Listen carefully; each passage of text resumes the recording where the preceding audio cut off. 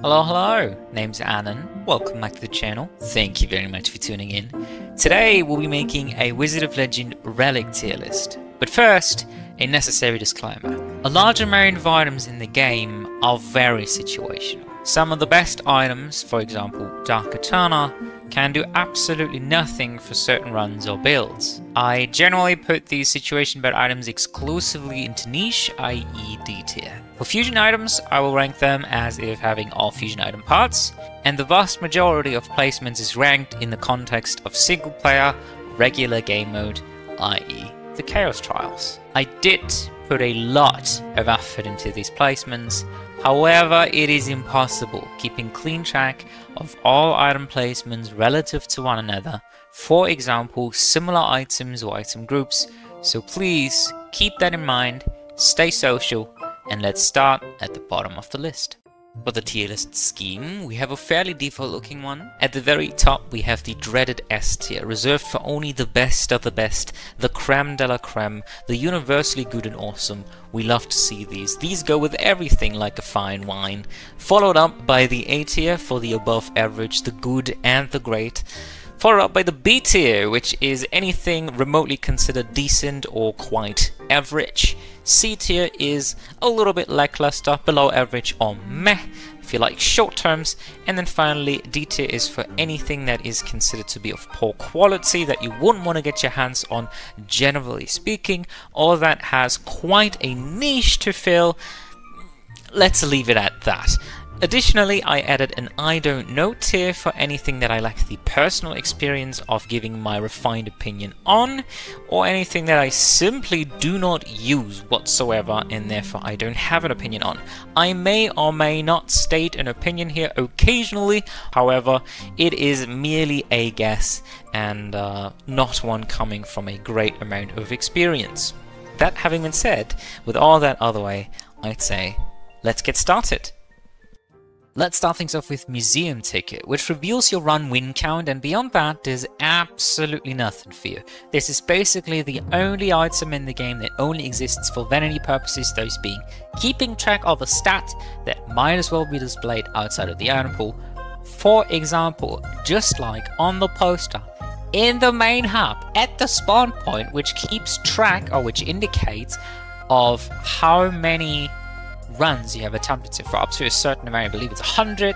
Why didn't they just do that for Museum Ticket? Maybe it's for lore purposes because you start things up in the museum. I don't know, but the second you exit the tutorial, you should absolutely head to the bottom right to the chest NPC and immediately change your starter relic to literally anything else with an actual effect, because Museum Ticket does nothing for you, nothing at all.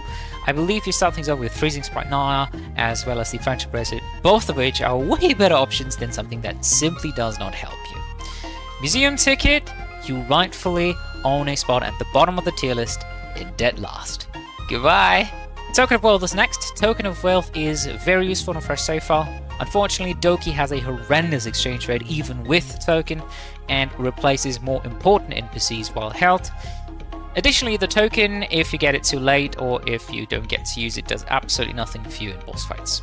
Oversized Needle is a scaling damage up, however, generally speaking, it's a huge damage down when having less than 40% crit chance, which for me is in basically everyone I ever play. I rarely ever run crit chance personally. I don't really like chance-based effects, namely evasion and crit chance, and when I don't have an R-Robe in the first place, this item is just completely worthless. I personally never pick this up even when I do have an aura, because I generally don't stack a lot of crit chance or don't get to. This has ruined almost all the runs while I did pick it up, so I have zero faith in this item. You may enjoy it. Let me know if you have like a specialized build for this, but generally speaking, if you need like 4, 5, 6 relics, so this becomes worth picking up, and you need the right robe, upgrade it preferably, I don't think this can be considered a strong or non-niche item. Double-Edged Cestus is next. It's a huge damage up which requires a lot of basic ability support. It's a huge damage down for other ability categories as well, so when you pick this up, you better already have a pretty solid basic arcana centric build, otherwise it's going to drastically reduce your damage dealt on everything you do. Kugo Stopwatch is a huge damage up, which is amazing with map reveal or boss from teleportation. It is a large damage down after 60 seconds of taking effect or picking it up. It does nothing for you in boss fights, very unfortunately so. And it is basically only useful in boss rush, paradoxically, although it doesn't help you with the actual boss fights. It helps you greatly with the mini bosses. I would say in boss rush it's quite an all-star ability. You can always pick it if you searches, just keep in mind it's a wasted relic slot against the actual final challenges, which are the real bosses, the council members.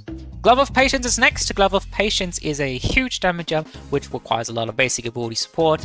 It's a large damage down for other ability categories. It works very similarly to Double-Edged Justice, although it's not a direct damage percentage down for everything else. So you can always pick this up if you want. Just keep in mind that you will get to use basically nothing else but your basic, because everything has such long cooldowns. Any ability with an already long cooldown by default will be unusable, and that includes a lot of the buffs, unfortunately, that want to make basic Arcana way stronger, and that want you to be used in conjunction with long basic Arcana combo chains. So it's kind of a nonsensical item even for basic Arcana builds, in my opinion. I will still pick it up pretty much every time, but generally speaking, unless I'm already committed to a basic ability build, I do not pick this up. Stanza of Flames is a small damage up which requires fire abilities to take effect, and it's a huge survivability down against water abilities, which is a niche downside to say the least, but still existent regardless, especially when you consider that you can get absolutely stunlocked and frozen to death by Freya, and she will take you apart if you get hit once, so absolutely avoid that like the plague or you might just die right away. Ebonwolf's Cloak is a decent damage up which supports more than one element. It works analogously to Stanza of Flames in that regard. It requires fire or lightning abilities, so you have more choice. It's more versatile, but they are still required after all. And it's a decent damage down for other elements. While it may be more versatile and it may not be a cursed relic on paper, I basically consider this a cursed item since it has such an analogous effect to the Stanza of Flames and similar effects, and it has quite a downside if you pick it up around the wrong time or when you have, say, a full water build, for example.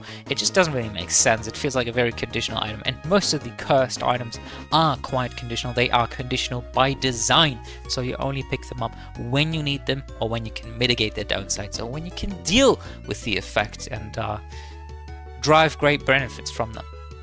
Blinding Binoculars is a decent damage up. It's also a decent damage down for non-projectile abilities. Luckily enough, projectile abilities in the game, i.e. any ability that's tagged with the projectile image, the projectile icon, are a dime a dozen. I would say minimum like a third of all those in the game are projectile abilities, and so it is very easy to meet this condition. However, I would still never pick this up, much like the two predecessors, unless I'm already fulfilling its condition, because otherwise I will not gain anything from it. I'll just have a massive downside and I'll be gambling. I'll be really digging for new abilities that are also projectile abilities, and that might just never happen. You never know before. So don't pick it up beforehand, pick it up when you need it.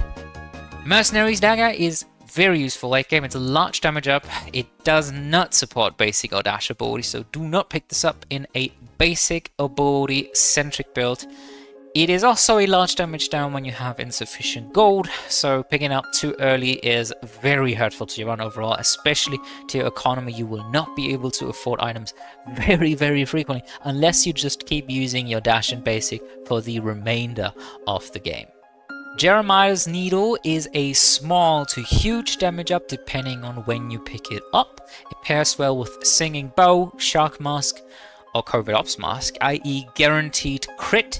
It requires a rather large amount of crit chance with 25% or above, which can be very hard to come by if you don't already run an All Robe and can easily upgrade it, or if you don't already have a very strong base build with a decent starter relic. Generally, stacking crit chance takes quite a lot of relics and quite a lot of luck, I find. Mystic Monopole enables some ability multi-hitting, for example for an ability such as Hammer of Atlas, which would otherwise knock enemies out of its own range, essentially cucking itself and lowering its own damage output. Now, it's also, generally speaking, a large survivability down, as knockback is extremely useful when crowd controlling enemies, grouping them up and hitting them just right so they cannot retaliate. Limited Edition Rope is a huge survivability up. It pairs well with a Fall Rope. Now, Limited Edition Rope is completely neutral if you pick it up and cannot really use it. It requires a low max HP to be very useful, which is why it's so great with a Fall Rope. Generally speaking, picking it up in your average 500 max HP or default max HP run doesn't really do anything. Most enemies never deal more damage than 50 anyway, which is, coincidentally, the threshold for limited edition. Anything above 50, in that case, with the 500 max HP that is, would be caught and reduced back down to 50 by limited edition rope. Generally, all that it does is it levels the playing field when you have lower max HP, such as 300 or below, to take damage proportionally to you having base HP at 500 max HP. It just kind of feels the same way. It's like you have a bunch of extra lives when you have a Fall Rope, for example, because you don't die in 2 hits, but it needs 10 now. Next in line is Flak Gauntlet, which grants you a large survivability up, but requires melee basic abilities and the will to spec into projectile destruction. Chrono Glove grants you a decent damage up and requires charged basic abilities. It makes them much faster, and it stacks quite well with Evening Gloves to make those abilities come out very quickly, be very devastating, and quite versatile to use. Chaos Visor grants you a small damage up. It requires projectile abilities, and its value isn't guaranteed since it merely increases your crit chance. Rudrous Pinwheel grants you a decent damage up and requires wind abilities. Gaia's Shovel grants you a decent damage up and requires earth abilities. Stanza of Frost grants you a decent damage up and requires water abilities that deal ice damage specifically. Shiva's Water Bottle grants you a decent damage up and requires water abilities. Battery of Tyrannus grants you a decent damage up and requires lightning abilities. And Ifrit's Matchstick grants you a decent damage up and requires fire abilities. Poem of Fiery Rhyme grants you a large damage up and requires fire abilities or water abilities that deal ice damage specifically. Culvert Ops Mask grants you a huge damage up. It is one of the strongest items in the game when it comes online. Unfortunately, in order to do that, it requires a reliable evasion source.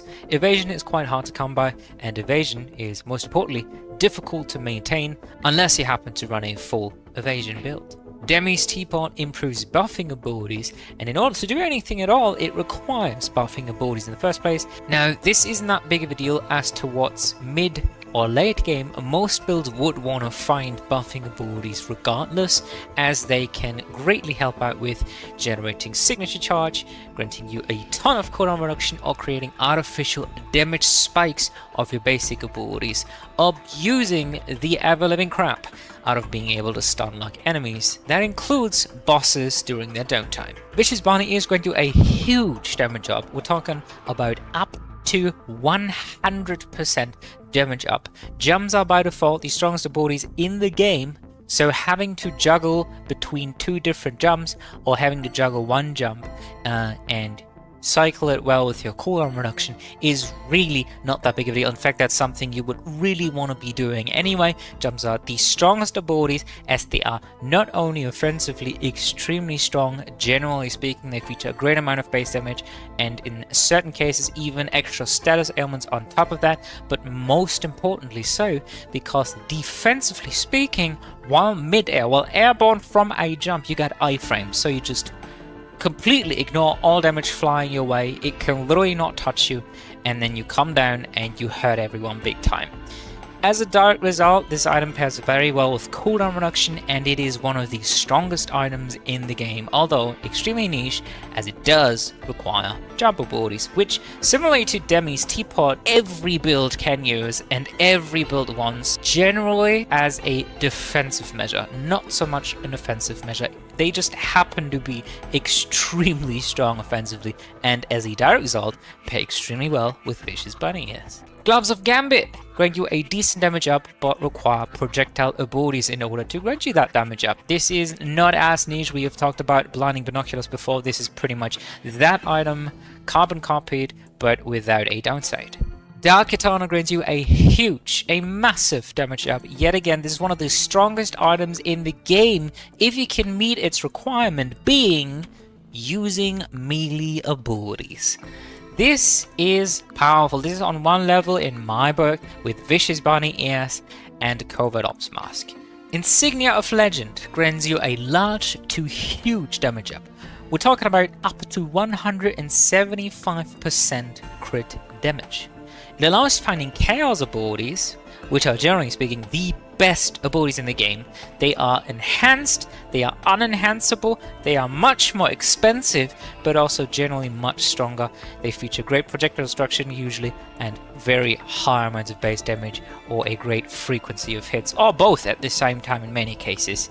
It is not replaced by Noxus Cloak, which is also amazing because then you can fully commit to this chaotic, cursed cosplay, whatever you want to call it.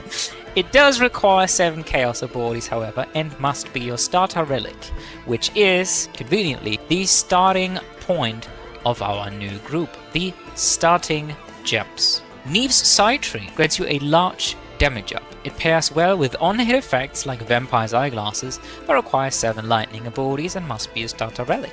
Neve's Ruby grants you a large damage up, requires 7 fire abilities, and must be a starter relic. Neve's Sapphire grants you a huge survivability up, and often enough also a great damage increase due to the massive amounts of cooldown reduction, and requires 7 water abilities, as well as being your starter relic. Neve's Quartz grants you a large survivability up, in some cases arguably absolutely maximum survivability up, because you will not be hit by anything at all. Being hit becomes a non-issue generally with this. It requires 7 wind abilities and must be your starter relic. And finally, we got Neve's Emerald. Now this is a little bit debatable whether you would place Neve's Emerald or Neve's Quartzite. To me, it's Neve's Emerald, which grants you a huge survivability up, and being hit becomes a complete non-issue. You cannot be stun locked anymore. So you can literally just ignore everything and keep going with your super high health count, super high armor count. It requires 7 other abilities and must be a starter relic. And that's how we're going to finish off D tier. Moving on to the next tier, we got Curse of the Forager, which is a fun item, and that's about all good I can tell about it, because you cannot have regular items carrying this. You are limited to 11 other relics carrying this. You cannot mitigate cursed effects anymore, as it will effectively replace all regular relics that you can pick up, which are generally the ones that don't have huge downsides and can help you deal with the downsides of cursed relics. It is effectively uncontrollable random itemization, which is about the worst effect you can voluntarily give yourself. Sure, you get free items, but gold gain is never really an issue in this game. You can always purchase items, even if you have to frequently purchase healing potions and whatnot in order to even live and keep playing. Curse of the Forager fills your inventory up with up to 11 coin flips. Cursed relics generally have massive downsides, and some of them, some combinations especially, can be so detrimental they completely eradicate your entire damage, your entire crit chance, your entire health. They take away signature charge gain from you. Let's say you get a stylus, for example, and you cannot gain signature charge anymore, but then at the same time, what you also get is a bunch of signature charge gain items like Jack's Ocarina and Volatile Jumpstart and whatnot, and congrats, now you have an inventory full of garbage that doesn't synergize with one another, and you cannot get rid of it anymore because everything's a cursed relic and you absolutely have no way of getting rid of them. Even if you did pick up a regular relic in order to achieve a combination, a fusion with a cursed relic, the result would just turn into a new cursed relic, if I recall correctly, right? Because it should turn into a regular item, or it doesn't even let you pick up the regular relic, and then that regular item will immediately be converted to a cursed relic again. Yippee! So yeah, Curse of the Forager is horrible. It's extremely fun, don't get me wrong. You can't really build around it. You can build around it only for so many floors until you do not have any more item storage. Noxus Cloak is basically a carbon copy of Curse of the Forager, except for two major key differences. First of all, this is not a run modifier, so you can find it in any given run, including boss rush, for example. And more importantly, this can actually help you deal with some of the more annoying downsides of Curse Relics. Most importantly, movement speed downs, which are just so annoying. Having a silver spinning tap plus a bewitching glue, for example, even one of those alone is incredibly tedious to deal with.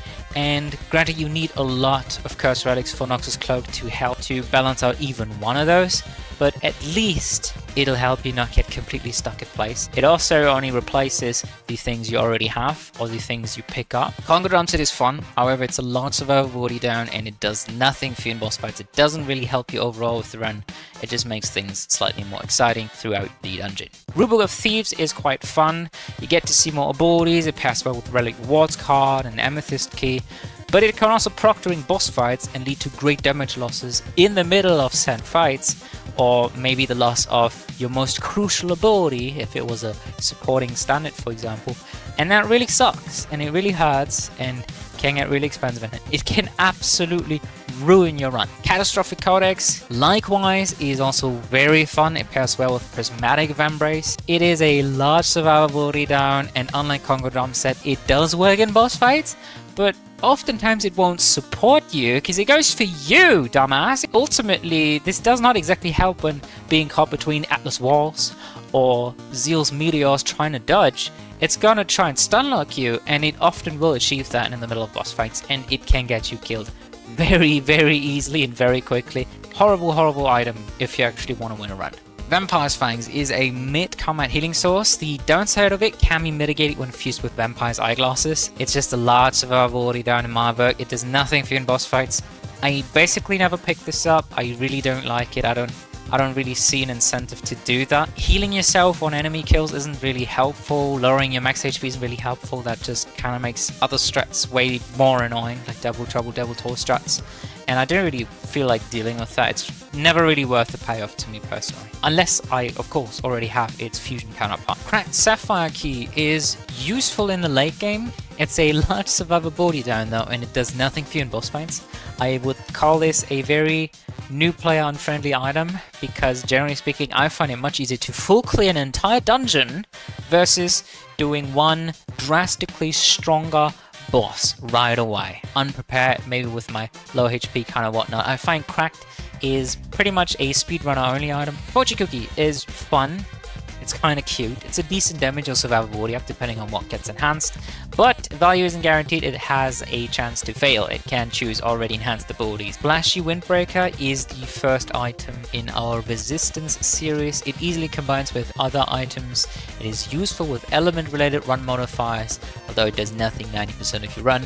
It's very conditional outside of loops. I personally find it very easy to deal with slows, as there are literally other abilities that help you simply move, like jumps, or get out of the way, or freeze yourself in place, so it doesn't really matter, you can just wait it out, or shield yourself, reflect projectiles, destroy projectiles, or straight up, and that's my absolute favorite, speed yourself up with Tearing Whirlwind, Glacier Getaway, and the likes. It's really easy to overcome being slowed, and generally it doesn't damage you, doesn't interrupt you, it doesn't really shut you down unless you were trying to walk towards a high priority target or something like that. Slow is really easy to overcome, so this is the worst of the status ailment resistance pieces in my book. Super Sunscreen tries to make you resist from burn. Again, burn is not really that big of a deal. It doesn't last that long. It deals a bit of damage, yeah, but it doesn't generally cancel you out for all that long.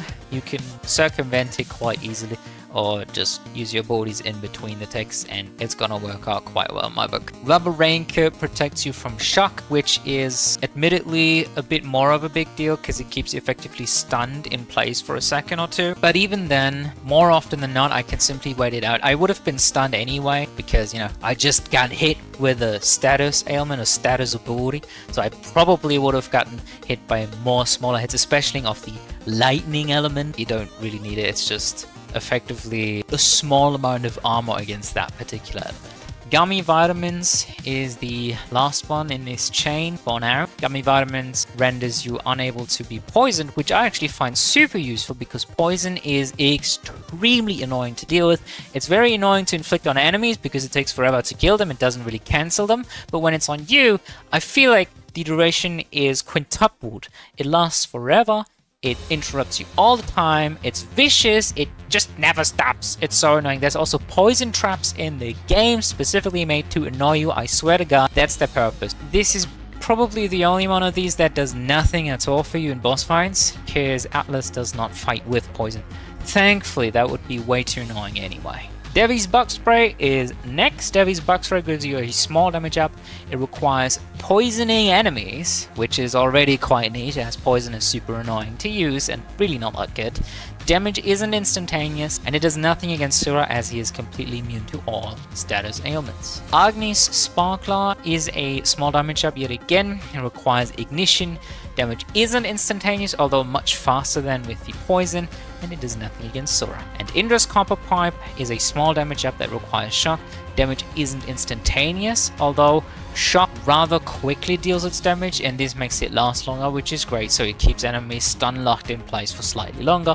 And of course, it does nothing against Sora. Hardcover textbook easily combines with other items. Summoners love this item. Everyone else doesn't. It requires tons of cooldown reduction in order to do anything in the first place, and ideally a lot of item support as well, or even ability support. This is quite trashy even for a summoner. I basically never find myself ever, even with a dedicated summon build, really wanting this unless I have like plus 50% cooldown reduction, in which case you might as well take way stronger items like damage ups and crit ups and whatnot over this. Vampire's Cookbook easily combines with other items. It's a decent survivability up, summoners love it, everyone else doesn't. It's only useful in dedicated summon builds in my book, because in a regular build you would probably use one, at most two summon abilities, ideally probably Seekers, because they are nice and fast and instantaneous in order to support your damage up, in order to especially support your crowd control and your room controlling capabilities.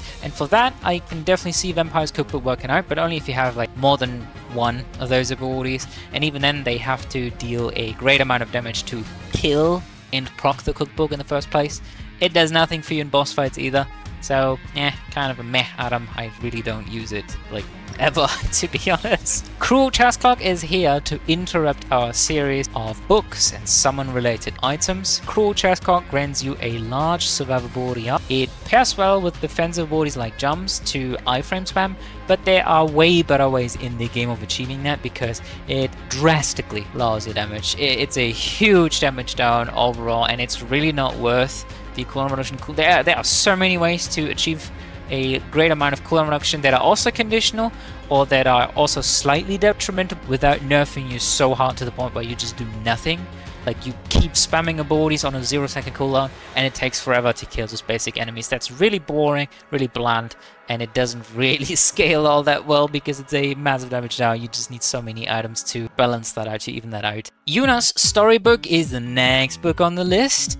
It is easily combined with other items. Summoners love it, everyone else doesn't. Although could use this with agents, but generally speaking that's kind of a waste of a relic slot. It will do nothing when summons are killed right away.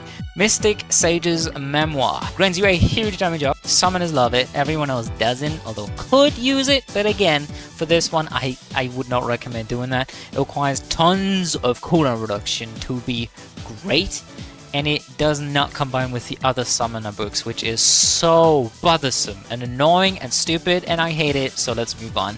Grimoire of Ruin easily combines with the other items. It's still a large damage up. Summoners love it, everyone else doesn't, with an asterisk, because again, if you have one or two summons, Grimoire is the best option out of these so far to just pick up and get a little bit of extra damage, a little bit extra sauce out of those nice support abilities. But it also binds you to keep using those support abilities. Next is Arcane Cheat Sheet, which easily combines with the other items. Cooldown reduction makes any summon build more flexible and stronger, and it's amazing. It's like the best stat with summons overall.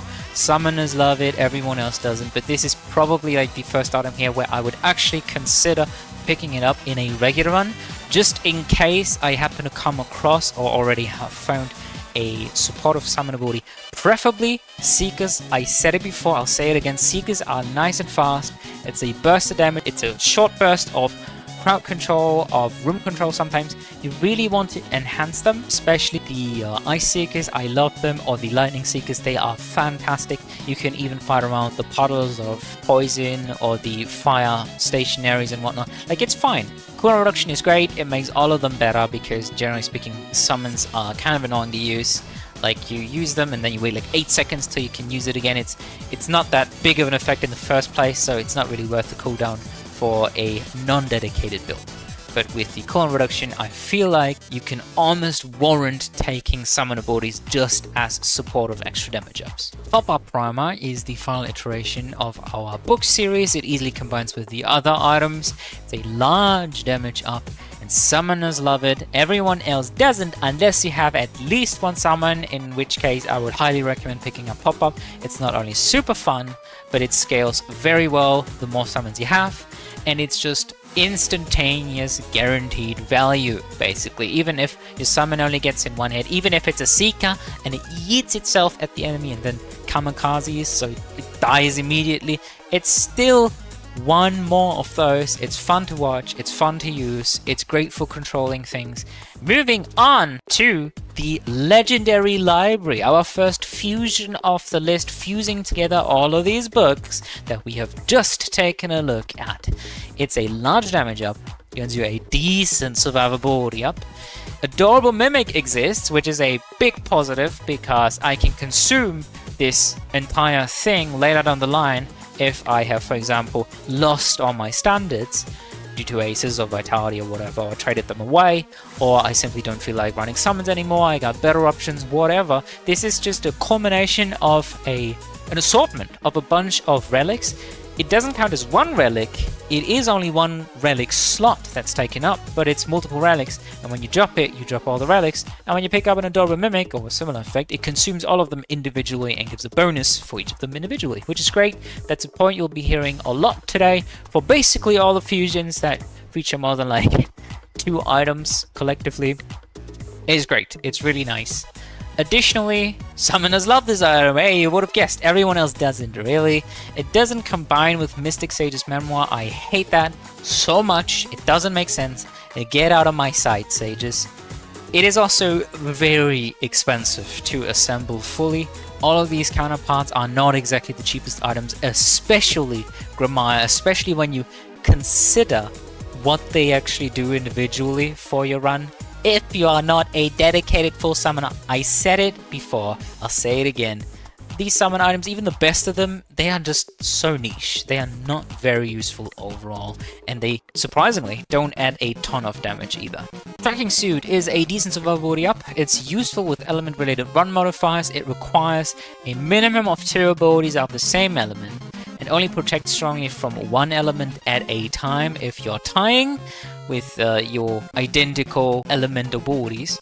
It does nothing 90% of your run, let's be honest, and it's just not very useful at all. Yeah, it's kind of flexible, but it's just really not that useful, especially when you randomize abilities. Starchy Parachute is next in this group of resistances, or rather elemental defenses. It easily combines with other items. It is useful for looping. It's useful with element-related run modifiers, but it does nothing 90% of your run, and it's very conditional outside of loops, as it only works for one particular element. Augur of Poetry is next. It does the same thing for Earth, but I would say it's slightly better because Earth can definitely hurt quite a bit. Not only the dungeons, but especially Atlas Rocks straight to the face. They absolutely hurt like hell. I also feel like his ultimate, if you happen to get caught up in it, it hurts so much more than the Shuu ultimate, which is already terrible because you can easily get yourself stun locked in there unless you can break free with a signature or whatever. I just feel like Earth really hurts, and I don't like taking those rocks to the face and whatnot. Next is the Insulated Vest, which is the elemental defense equivalent for lightning. This one is quite useful as well. It's just not different from the others. So moving on to Resolute Svalin, which helps you against fire damage. And finally, there's 3 Gorgeous Bulwark, which helps against water or ice damage, which I believe is, ignoring all the others, probably the most useful out of this group, because getting frozen by Freya, or getting frozen period, usually enemies will easily follow up a bunch of other stuff. I guess you could say that about lightning too, but lightning doesn't really last as long, and being frozen basically lasts until you get hit again by something. And then a Freya ultimate, for example, or even just Freya bubbles and whatnot, they hit so many times. Freya Aqua Beam as well, they hit many times. They may not deal a great amount of damage, but when you have double trouble, double turn, whatnot, it adds up very quickly. I personally find freeze to be very dangerous, both inside of the dungeon and outside of the dungeon, i.e. in the boss fight. Next is Stealthy Halidai. Halidai is a large damage up, but it only works for the first hit on an enemy, and it grants you a huge survivability down. I personally never use this, I never pick it up. I don't usually run builds that just hit once and for a large amount of damage.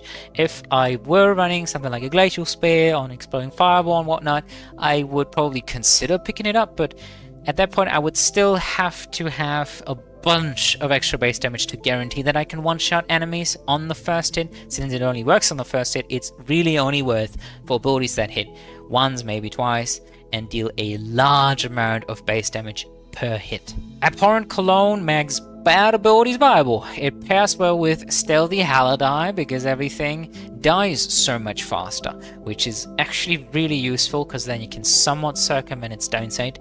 It punishes you way harder for mistakes. It kills you when stun locked. Straight up, this thing is super dangerous.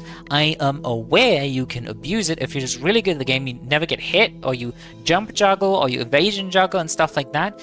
That's personally not really my playstyle, and when I just want to play a normal run, but I happen to have this in my inventory, I'm not having a good time. I feel like, unlike other run modifiers that work similarly that can be abused, the downside here is so massive, it kills you incredibly quickly, unless you happen to have something like a limited edition robe or something, but that's niche in and of itself. So I feel like Cologne is just too dangerous to rank it higher up. To me, it is borderline never take this unless you deliberately want to challenge yourself or deliberately want to do this fun challenge or whatever. Reliable Backpack is our first max HP increase. It grants you a small survivability up, it requires defensive items, and does nothing 90% of your run, as is usually the case with max HP. You have to not only gain more max HP, but then also heal yourself up fully, so that HP can be made use of in the first place. Generally speaking, there's very few items that care about how much max HP you have. Usually it's more about you being low HP, or you being full HP, and you're usually in between while playing a run, unless you have the 4 robe or something, in which case I don't think Backpack even does anything. So max HP does nothing, 90% of your run. The same is true for the following items. Sturdy Shoebox grants you a small survivability up, requires movement abilities. Ironclad Card Holder grants you a small survivability up, requires enhanced abilities. Tea of Mercy grants you a small survivability up and requires healing yourself over and over again to stack its effect. And Super Carrot Cake grants you a small survivability up, but requires for you to be hit over and over again to stack its effect. Giant's Heart is the only unconditional max HP increase here. That's why I ranked it the highest, because it really doesn't matter what you have or what you gotta do. You just pick it up, you have more max HP, and then you can heal yourself or do whatever you want with that max HP. Quantum Capacitor is a decent survivability up. The downside of it can be mitigated when running flexible, fast abilities, which also unfortunately means that slow abilities and relics become obsolete.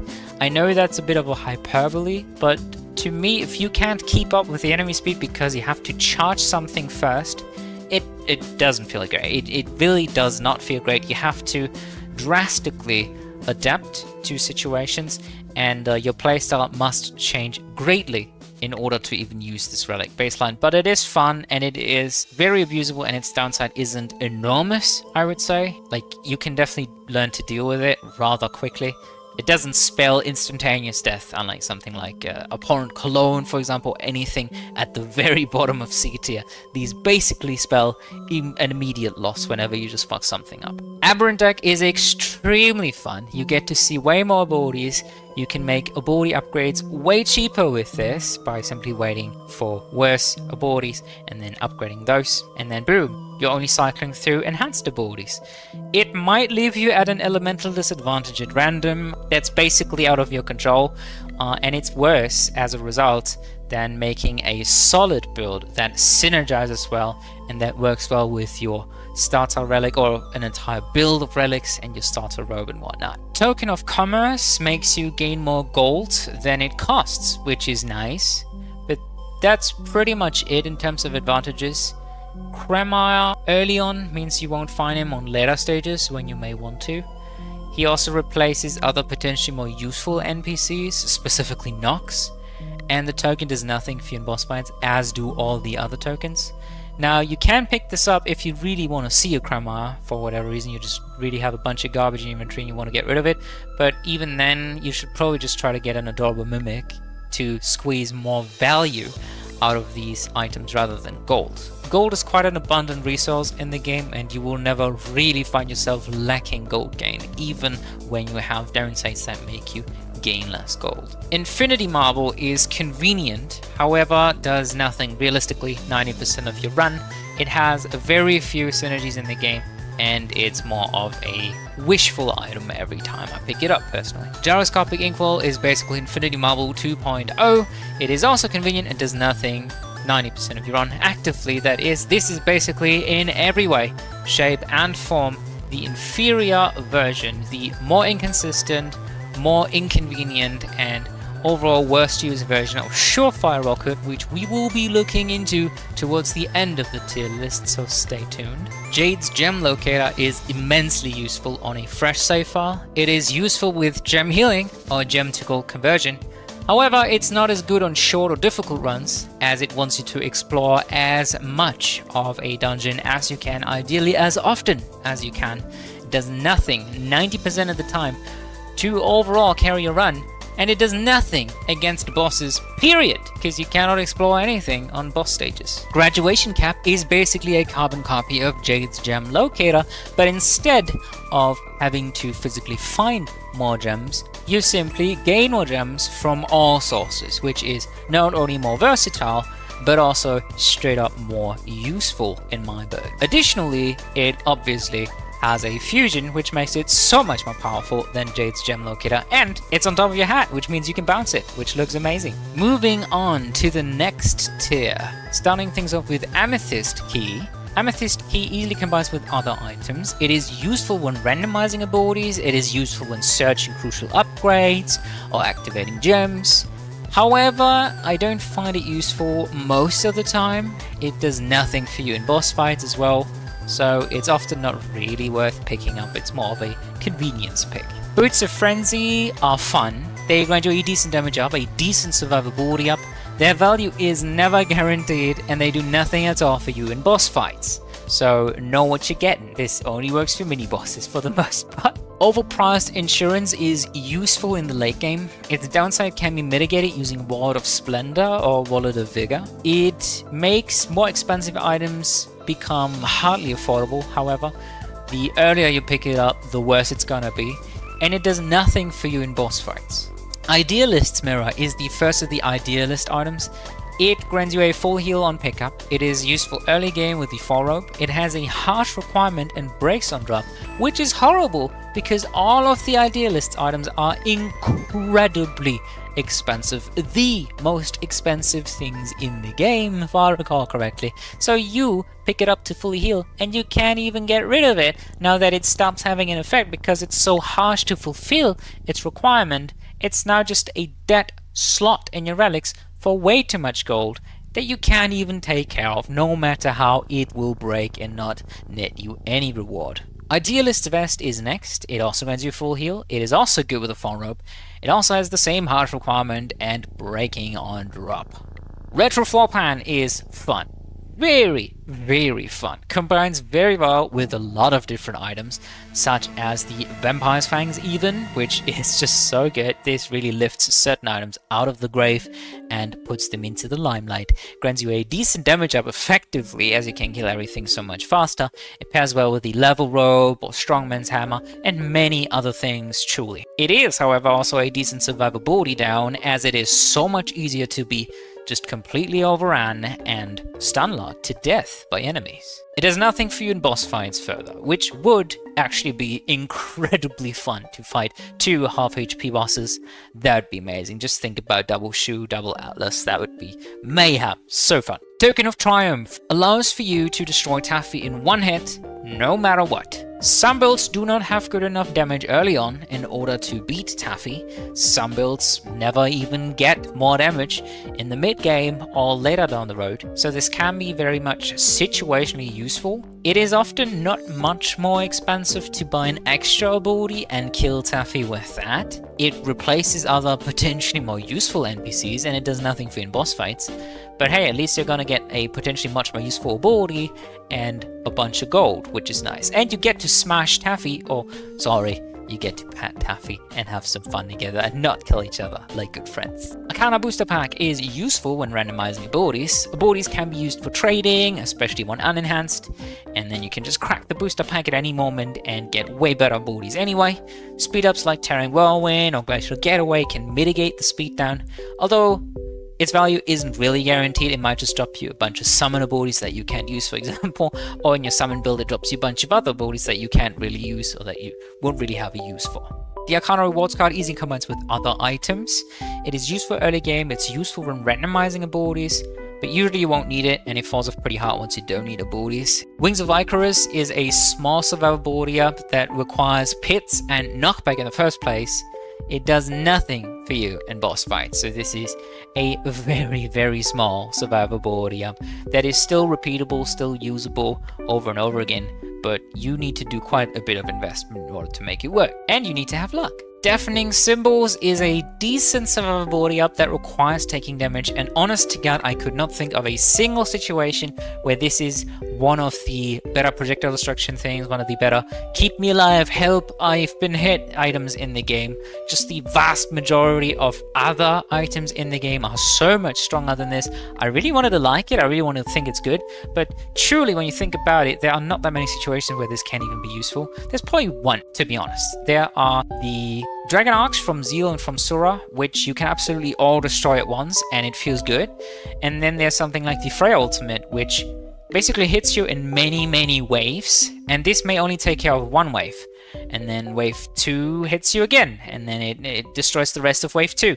And then wave 3 hits you again, and then it destroys the rest of wave 3. But ultimately you still get hit, and when every single point of damage counts, especially when you have stuff like Double Trouble and whatnot, that makes you take all the more damage. This really doesn't help. It doesn't have the greatest range. It should hit like screen wide in my book. That would be insane. That would be one of the best items in the game, and it would be truthful to the law of the musical instruments. These are deafening cymbals. Cymbals are hella loud when you clap them. These are supposed to be deafening. These are supposed to hit the entire room. It's like a shockwave, right? I don't know why this item works the way it does, but it's horrible. It's so bad. Don't take it. The next option is way more reliable in my book. Dated Sunglasses is a decent survivability up. Typically, melee attacks get you stun locked, but this does help you to work your way around projectiles of all sorts, which is amazing. It doesn't help you with beams and melee attacks and even summons, which can all easily get you stun locked. But hey, if you still for some reason cannot dodge projectiles very well, this will absolutely help you, even if just a little bit. It's just really hard to notice because like it's not a 90% slowdown or something, it's just very subtle. You will be able to play around it consistently and you will eventually learn those timings. Melting Pot is very fun. One of my favorite items in the game that is so underutilized, I basically never use it either. Grants you a large survivability up, and at the downside of more elemental enemies spawning, elemental rogues and archers specifically can easily stun lock you and end your life right away. Also, different simultaneous status effects at the same time can easily stunlock you, and again, end your run basically immediately, and there's little to nothing you can do about that, and that's kind of amazing because this item, I'm not sure it's balanced or not, but it definitely creates situations that feel like they were not intended from the get-go design point of the game, and it's great, it's beautiful, it's mesmerizing. None of the other items in the game do that to this extent.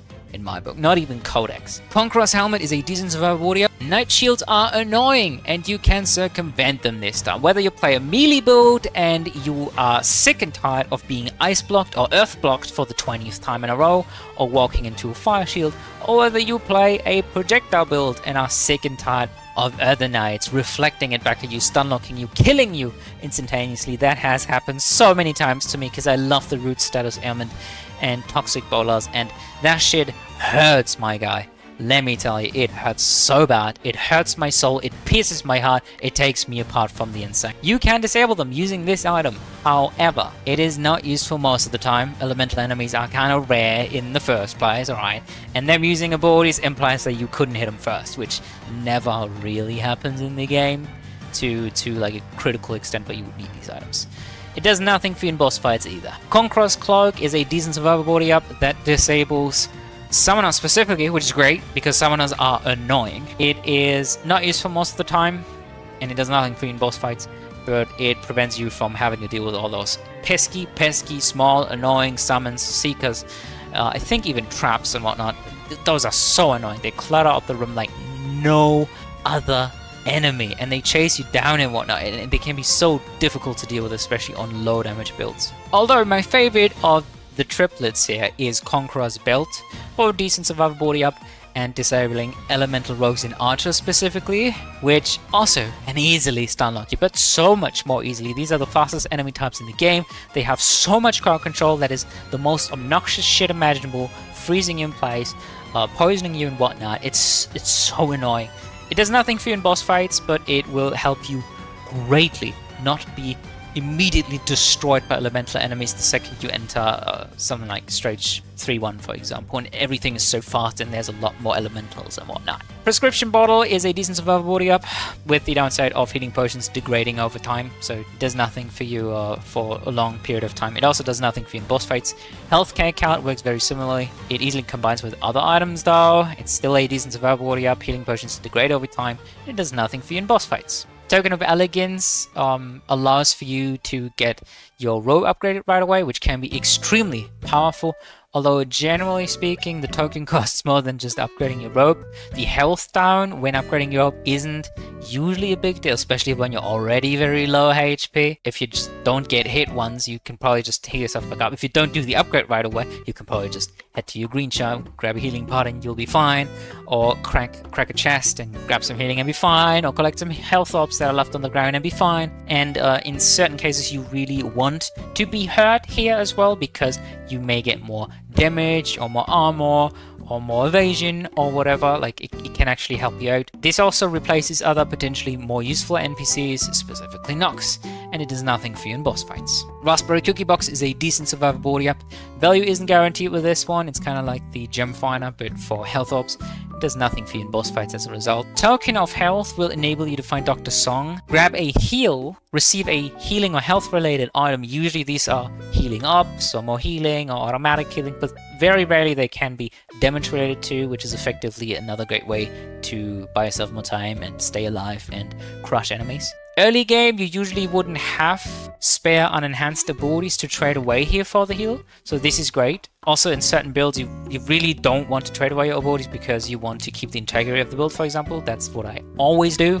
No matter what, when I assemble a pre-built build, I am keeping the integrity of the build, ideally forever. It usually costs less to, just get the token and trade it at Dr. Song's than trading the ability, trading an ability that's already enhanced, for example, that has a lot of value attached to it, and that ability could also have carried you for a very long time, or be a great survivability tool, or great damage tool, whatever. Generally speaking, you don't really want to have to repurchase a new enhanced ability or rely on the boss drops and whatnot. You can also get a second healing potion here, so if you're a new player and you really are just living from healing potion to healing potion, this effectively creates a second green shop on your stage, a second chance of finding a healing potion, and a big heal and health related stuff on top of it for free because of that token. Overall though, getting Song early means you will not find her on later stages when you may absolutely want or need to. Song will replace other potentially more useful NPCs, and the token does nothing for you in boss fights. Takeout box grants you a large survivability up. Shield damage protects you from interrupts and stunlocks, which is amazing. Mid-combat healing sources are unfortunately hard to come by, and you have to be able to heal yourself past your max HP, which can most easily be done by just playing well, not taking damage before boss room,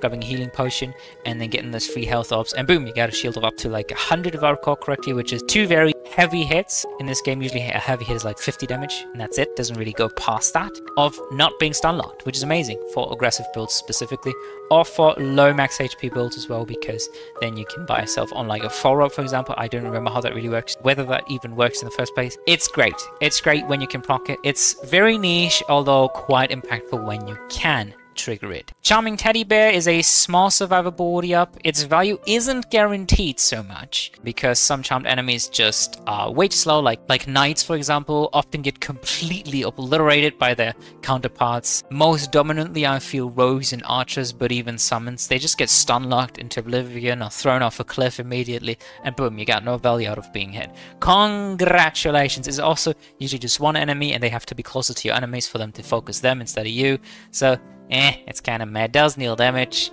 It does nothing for you in boss fights. I think Charming Teddy Bear is the most fun out of these. I want to get hit and proc and effect items, but generally speaking, it's just not very useful. When you use it right, it's extremely powerful, yes, but it still wouldn't leave B tier. It doesn't really carry your run past dungeon rooms anyway. And you need multiple enemies in the same room for this to even occur. Otherwise, it doesn't really help you. Or it's just an enemy looking at you dead in the eyes while you're killing them. Prismatic Wind Chime is a decent damage up. The small survivability up requires taking damage from an elemental attack that also inflicts an ailment.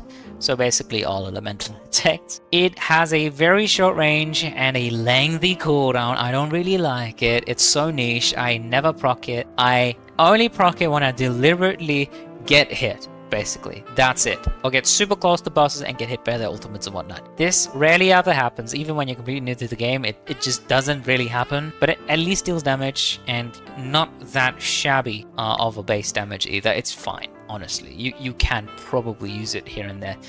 Say you want to proc a Kasim Zeriklo something, you can combine that with a Wind Chime and try and make that work. It sounds like a very weird build, but absolutely you can do it. Lace Drum is a small damage up. It's a small survivability up, requires taking damage, and it will burst out at a short range with a lengthy cooldown. So again, it's solid. It's definitely more solid. It's less conditional, that's why it's more solid, but it's still not very good. Reactive Vine Mail is a small damage up with a small survivability up. It requires taking damage at a lengthy cooldown. It'll burst out. This basically creates extra pits in whatever room you currently are that you can walk over and you can fight around and you can bait enemies through, which is great. It buys you a lot of extra space. Doesn't really do anything into bosses, but hey, it works quite well, surprisingly well, I would say, for rooms and dungeons. Brilliant Balloon is a decent damage up. It's also a small survivability up, requires taking damage, and then it'll burst out at a short range on a lengthy cooldown, as do the others here. But Brilliant Balloon is just so much more impactful, as it not only pushes enemies away, so it puts space between you and them, but also stuns them and deals good damage. So you can easily follow that up, focusing the high power target, or following up the knockback with another knockback, pushing high power targets into pits, or doing another AoE for the double effect basically, and it really helps you recover and reposition and all that stuff. It's just, man, the range is not good. The range is okay though, like you can work with it, but it's kind of borderline where you can miss this quite easily if you don't know its range very well yet. It will, however, in my book, be the most helpful among all of these to a new player. They will probably not even understand something like Charm and just attack the charmed enemy regardless. And stuff like Brilliant Balloon it's so definitive. It's so simple to understand, right? It's really helpful. Makeshift Bridge puts more emphasis on crowd control, and it makes any remote more accessible, especially trap rooms, especially in the ice dungeon. God, I hate those so much, the icicle rooms. However, at the cost of no more pit kills. So no easy, quick access, slide enemies into pits, put them in their place, or make them jump into pits and stuff like that. It just won't happen anymore. And it does nothing for you in boss fights, but it doesn't really have a huge disadvantage besides kind of making your gameplay a little bit stale, because every room just starts feeling the same. But this is great for training how to crowd control enemies effectively. Emerald Key easily combines with other items. You can stack items before finding adorable mimic and combinable cursed items or fusions. You can find gem gain, money gain, healing, other useful items before doing the dungeon, like the Pathfinder's map, for example, revealing the entire floor, and then you can go wherever you want right away. It's a shortcut to healing potions, so it's super interesting to both new and old alike. When you really need it, when you really want it, for convenience or whatever, it's there for you. Go for it. Also, if you don't happen, this is not a criterion that I often named up, because this is not how I personally play the game, and I don't think this is how you should be playing the game, but heck, if you don't happen to full clear every stage, but just, you know, walk right past, look for the teleporter, and anything you came across, great. Anything you didn't come across, fine. Doesn't really matter to you. Emerald Key guarantees that you'll be able to spend some money, whether it be on healing potions or items, whatever, on your way to the teleporter to the next stage. Cosmic Keychain is useful when searching crucial upgrades. It's cheap, and adorable mimic exists, so you can yank all your keys, put them into a mimic, and gain some value out of that after being done with, you know, whatever shop shenanigans you were into. It's not used for most of the time, unfortunately, and it does nothing for you in boss fights. I just prefer Emerald Key. It's way cheaper, way easier to get. Noxious Dapper Cap is the first of many more status element related items here. Noxious Dapper Cap easily combines with other items. It's a small damage up, does nothing against Sora, as all status elements will not affect him. Permafrost Cube easily combines with other items. It's a small survivability up, more so than a damage up, and it does nothing against Sora. Nerite Shell easily combines with other items. It's a small survivability up rather than a damage up, and it does nothing against Sora. Phoenix Talon easily combines with other items. It's a small damage up, and it does nothing against Sora. Tesla Coil easily combines with other items. It's a small damage up and does nothing against Sora. I like this one the most because Shock is fast, it's accessible, it stun locks enemies quite easily.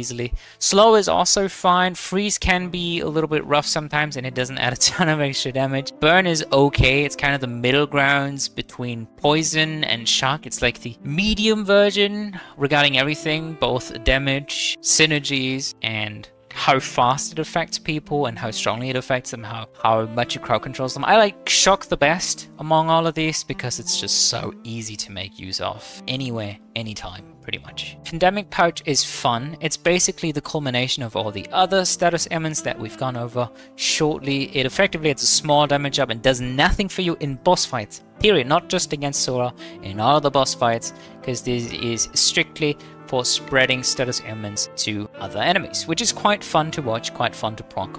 Not very reliable, arguably. Status ailment support is very easy to get. You barely ever need to purchase anything in addition to a pandemic pouch for it to work out, because many of the abilities in the game, sometimes they have to be enhanced, already apply status ailments in the first place. Claws of Turmoil is a decent damage up which thins the ability shop pool, which is amazing when you're looking for that one particular thing that you don't already have. It's also remarkably cheap. It is not a great starter relic by any means, however it is after all a small to decent damage up depending on your basic arcana, and some basic arcana play wildly different between their enhanced and unenhanced version. Let me just name one example. I really like Earth Knuckles, both the unenhanced and the enhanced version, and I find that both of them cater towards slightly different playstyles and they can be used in different ways, shapes and forms. For example, the big Earth Knuckles can be made use of with something like a Stealthy Hard Eye or a very high damage per hit build,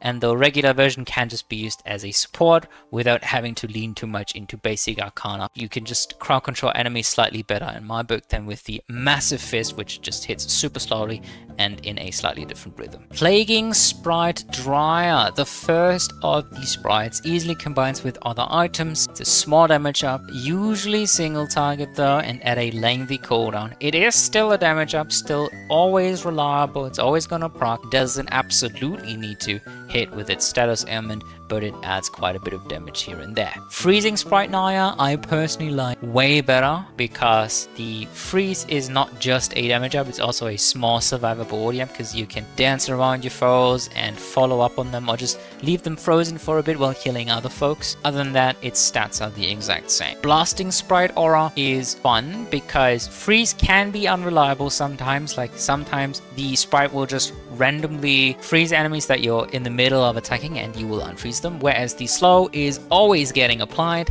and you can easily work around it. It is universally easy to understand. I would still rate this as a small survivable item and therefore slightly better than the freezing sprite. Igniting Sprite Vesa just deals slightly more damage, which is great. Burn is faster than poison, so that's the only reason it's here pretty much. And then finally we get the Sparking Sprite Etra, which applies the shock debuff again, which hits faster and stunlocks enemies harder and more reliably so this is my favorite among the sprites, although in game I will almost always pick Freezing Sprite Naya and the Slowing Sprite, as I just really love crowd control, but for usefulness it's definitely the damage ones, and not poison. It just takes way too long. Token of Luck enables you to find enhanced abilities right away at the beginning of the game for a large damage up. Early game usually wouldn't have spare enhanced abilities to trade away here, and it is way better than trading unenhanced abilities, as those would result in the NPC giving you back unenhanced abilities, which is really, I mean, it's an okay trade, but are you gonna keep them? Are you gonna enhance them over the course of your run? That's like a large amount of extra gold that you're gonna have to invest into those abilities. As with all the tokens, the respective NPC will replace other potentially more useful NPCs, and the token does nothing for you in boss fights. Armor of Resolve is a large survivability up. It does nothing 90% of your run, unfortunately. It has a very hard requirement and can easily get you killed if you're gonna toy around with life and death on like 10 HP. The lower your HP count, the less this effectively does for you. The more damage you take naturally from enemies, because say you get a double trouble and whatnot, and you simply take like double, triple, quadruple damage, the less useful this is gonna be, because it's gonna be impossible to keep you on low HP and applying that armor. You're just gonna be on too low HP. Even after applying the armor, you're gonna die in a hit or two. The same will be true for all the following items. Auditor's Talisman grants you a huge crit chance up, does nothing 90% of your run, and has the same harsh requirement that can easily get you killed. Calvin's Sandy Shoes grants you a large survivability up when you're already basically dead, does nothing 90% of your run, harsh requirement, can get you killed. Berserker's Helm grants you a large damage up, does nothing 90% of your run, harsh requirement, can get you killed. Hyperbolic Train is a large signature charge gain up, which does nothing 90% of your run, has a harsh requirement, and can get you killed. And Pharynx's Hourglass, however you pronounce that name, grants you a large damage up, sometimes even a large survivability up depending on your build, does nothing 90% of your run, has a harsh requirement that can get you killed, and additionally it does not last very long, but it is 100% cooldown reduction, which is amazing. You can abuse the heck out of that for as long as it lasts, and then you have to figure out a way to re-proc it by healing a bunch. But there are multiple ways of achieving that, it's just you need an entirely dedicated build to even make that happen. Whereas with all of these items, let me call them the Berserker items because they want you to be on low HP and be hit, all of these can be combined very well with a bunch of items we'll be looking into later, the Revive items, which revive you on low HP in the first place, so these will be procced and abusable. Antiquated Tabi grants you a small survivability up. Value isn't exactly guaranteed, but it's super cheap. You might as well always pick it up. Evasion just means you're taking no damage, you're not getting stun locked, so it's super worth it when it does proc, and since the item isn't very expensive, it's not really that huge of a commitment. You can always discard it as like your first item if you find something better. It's fine to pick it up, and it is overall quite impactful on your average one, I'd say. Mercury Sandals grant you a decent survivability up. Value isn't really guaranteed, although with the movement speed up, you might make distances between you and projectiles about to hit you that you otherwise wouldn't, which can always give you the edge on your dodging game. Say your dashes are not that great yet, well, the movement speed is going to help you right after and before. Fuzzy Hand Warmers is the final resistance gear. It easily combines with the other items dropped a little bit earlier. It is useful with element related run modifiers, and here's the thing why it's so high up compared to the feathers. Being frozen and stun locked in succession can easily get you killed. After being frozen, usually enemies will follow that up on you. There's no way for you to break free from the freeze. There's no way to counteract it except for, you know, just don't get hit, just don't be frozen. So this is easily the most dangerous status ailment that enemies can apply to you, and it is very good to resist it, both for the Freya fight, for the ice or the water dungeons, and of course for Sura himself, because he can also freeze you. I know that attack is somewhat easy to dodge. I personally struggle greatly with it. I am so shit at dodging the frost fans, but when they do connect, man, he hurts, and he can pick you apart systematically. Keep in mind that can happen at the very end of your run when fighting the final boss, even potentially after looping many times, when he's super strong and buff and will pick you apart strategically. It does nothing 90% of your run, and it's very conditional outside of loops, but I would say this can be extremely impactful, run saving in many different ways, especially when you're looping. Sure. Finally, for the resistances, to finish it all off, we got the seasonal suitcase fusion, which is useful with element related run modifiers. It can mitigate being stun locked entirely, except from actually being hit over and over again. Adorable Mimic exists to just shove it into a value engine, although here's the thing, again, it does nothing 90% of your run. Well, until you get hit by elemental attacks. Ruby Key easily combines with other items. You can find damage, money gain, healing, other useful items before even doing the dungeon. However, it does nothing for you in boss fights. It works very similarly to the Emerald Key, although I would say that cursed relics to an experienced player are much more impactful on the run overall. Getting something like a double trouble, dealing double damage, receiving double heals, having half your cooldowns, or just getting a fusion which doesn't have a downside and it's just super impactful on your run overall. This can be incredibly helpful at beating the rest of the stage, including the mini boss, just getting to that portal room in the first place though. Ruby Key I value way higher up than Emerald Key overall. Hummingbird Feather is a decent survivability up which does nothing for you in boss fights, but it helps here and there when you're completely new to the game and you religiously fall into pits for whatever reason. Some of us are just stupid. It happens. I've been there, believe me. And Hummingbird is convenient. Certain abilities can also work quite well with it, surprisingly well. I mean, you don't really need it with a tearing bowline, for example, but hey, it's still gonna feel good to dash across these holes and to see those little platforms appear underneath. It just feels good to me. Personally, I feel like this is a quite decent item, and it adds a lot of survivability to a new player. It adds warnings as well when it's about to time out and you're about to fall into pits. It is fantastic. Catalytic Vial is a small survivability up, with the downside of mid-combat healing sources being quite hard to come by. Its value is never really guaranteed. When it gains value, it's quite huge, but it's still rather niche and really unreliable to proc. Catalytic Tonic is basically just the upgraded version of Catalytic Vial, with the same strength of having a decent survivability up and the same weakness of mid-combat healing sources to be quite difficult to fight. Value is never guaranteed with these after all, but the more you heal, the more these will actually proc. Sometimes though, since these effects are chance-based, it might never happen over the course of the entirety of your run. Spiked Emergency Kit is a mid-combat healing source, which grants you a large survivability down, paradoxically. Critical Health is also health percentage based, so it becomes risky trying to apply this item. The Ring of Recycling is a small survivability up which pairs well with Autograph Pact. Shield damage protects from interrupts and stun locks, so it is amazing as an aggressive or even defensive tool. However, it requires signature charge generation, and it requires you to not use your charge signature, which can be a major damage down to any build, and it can put a dent into a build. It incentivizes an interesting playstyle though, and it is quite unique to build around. Royal Jelly grants you a decent survivability up. However, healing potions are rather expensive long term as a means of healing yourself over and over again, and it does nothing for you in the middle of boss fights, so this only works for floors unfortunately.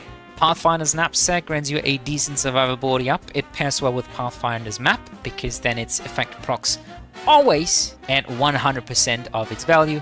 It requires map exploration otherwise, and does nothing for you in boss fights. Renewing Potion Vial is basically Pathfinder's Knapsack, but it always has its max effect. It grants you a decent survivability up, and of course does nothing for you in boss fights. Jewelry box grants you a decent survivability up, and it requires chaos gems, does nothing for you in boss fights. It is quite fun with Everest Rope when you have just, you know, a great chaos gem find, and with the other chaos gem finders like Jade's gem locator or the graduation cap, it's just a very reliable form of healing, because the more you progress through the trials, as an advanced player of course, because you can beat the bosses and whatnot, the more gems you'll find and the more healing you'll receive naturally without ever having to purchase a healing potion or anything like it. Elven Ears grant you a large survivability up, whether you're a new player or an old player alike, whether you constantly spam healing potions or you never collect any healing, you never purchase any healing, and you just get health orbs before the bosses. Elven Ears add a ton of extra healing, and it's very reliable. Mid-combat healing sources are hard to come by as per usual. That's just a problem that all the healing based items in the game share, but Elven Ears overall are extremely impactful. Messy Prescription is Elven Ears on crack. It is also very difficult to get, you can only get it from Dr. Song after all. It adds a large amount of survivability, it pairs well with Regenerative Inkwell or Vampire's Eyeglasses, and generally speaking has the same downside as everything else. Mid-combat healing sources are hard to come by. When you do happen to find them, Messy Prescription is what you want. This adds so much healing, it's crazy. You can heal yourself fully in the middle of a fight, which is something you have to build around. It's something that happens rarely, but it can happen, and you should probably go for a crit build if you want to achieve that. Raffle Ticket easily combines with other items. It is useful throughout a run, but its value isn't guaranteed. It falls off pretty hard once you don't need gold or items, and it does nothing for you in boss fights as per usual. Golden Contract is useful early game. It is a self-damage source, which very few builds actually want, but some, like the Berserker items, actually care for. It means a decent survivability down. Healing sources can be hard to find, and potions downscale quickly. It falls off pretty hard once you don't need gold or items, and of course it does nothing for you in boss fights. The Ominous Low Note is useful in late or early game. The downside can be somewhat mitigated using Glove of Midas, and the less this is going to impact you, the less you're going to have to live with not receiving any gold, the better. That's why you should pick it up either at the very beginning of the run or towards the very end, which is my preferred way of doing it, because at that point you just need a quick burst of money gain, purchase whatever you wanted, and then you move on, beat the game, that's it. It falls off pretty hard once you don't need gold or items, and it does nothing for you in boss fights. Alchemist's Stone is useful early game, falls off pretty hard once you don't need gold or items, and does nothing for you in boss fights. The C99 Piggy Bank is a mid-combat healing source. Speed-ups like Tearing Whirlwind or Glacier Getaway can mitigate the speed down, and it can make for quite a fun challenge as a starter item. Bounty Hunter Seal is useful early to mid-game. It may require purchasing a new ability though. It falls off pretty hard once you don't need gold or items, and it does nothing for you in boss fights. Elemental Point A is a decent damage up. It requires building around dashes however, which is quite a niche strategy in and of itself. Magician's Top Hat is quite fun. It grants you a decent damage up, but value isn't exactly guaranteed. Let's look at the sweets, starting things off with Cabby's Citrus Sweets. It easily combines with the other sweet items. It is a small damage up, it only hits a single target unfortunately, and has huge knockback. It can absolutely screw things up for you, ruin alignments of enemies, and desync them so they can hit you, so you have to regroup them and stuff. Cabby's Bubblegum easily combines with the other items. It grants you a decent damage up, and it is very flexible in terms of how you use it, especially since it bounces off of walls, so you don't even have to hit it very well, and it'll probably still be able to catch something. Cabby's Cinnamon Hearts easily combine with the other items. It's a decent damage up, and it pierces, so it's even more flexible for crowd controlling, and honestly, super duper fun to use. Cabby's Raw Chocolate easily combines with the other items. It's a decent damage up that pierces, destroys projectiles additionally, although it is quite narrow, so not the easiest to hit by any means. And finally, my absolute favorite, Cabby's Cotton Candy, easily combines with the other items. It's a decent damage up, pierces, destroys projectiles, and has a short range, but it just feels so good and you can dance around it. It's like an extra obstacle that will destroy projectiles flying your way, and that'll stunlock enemies in it.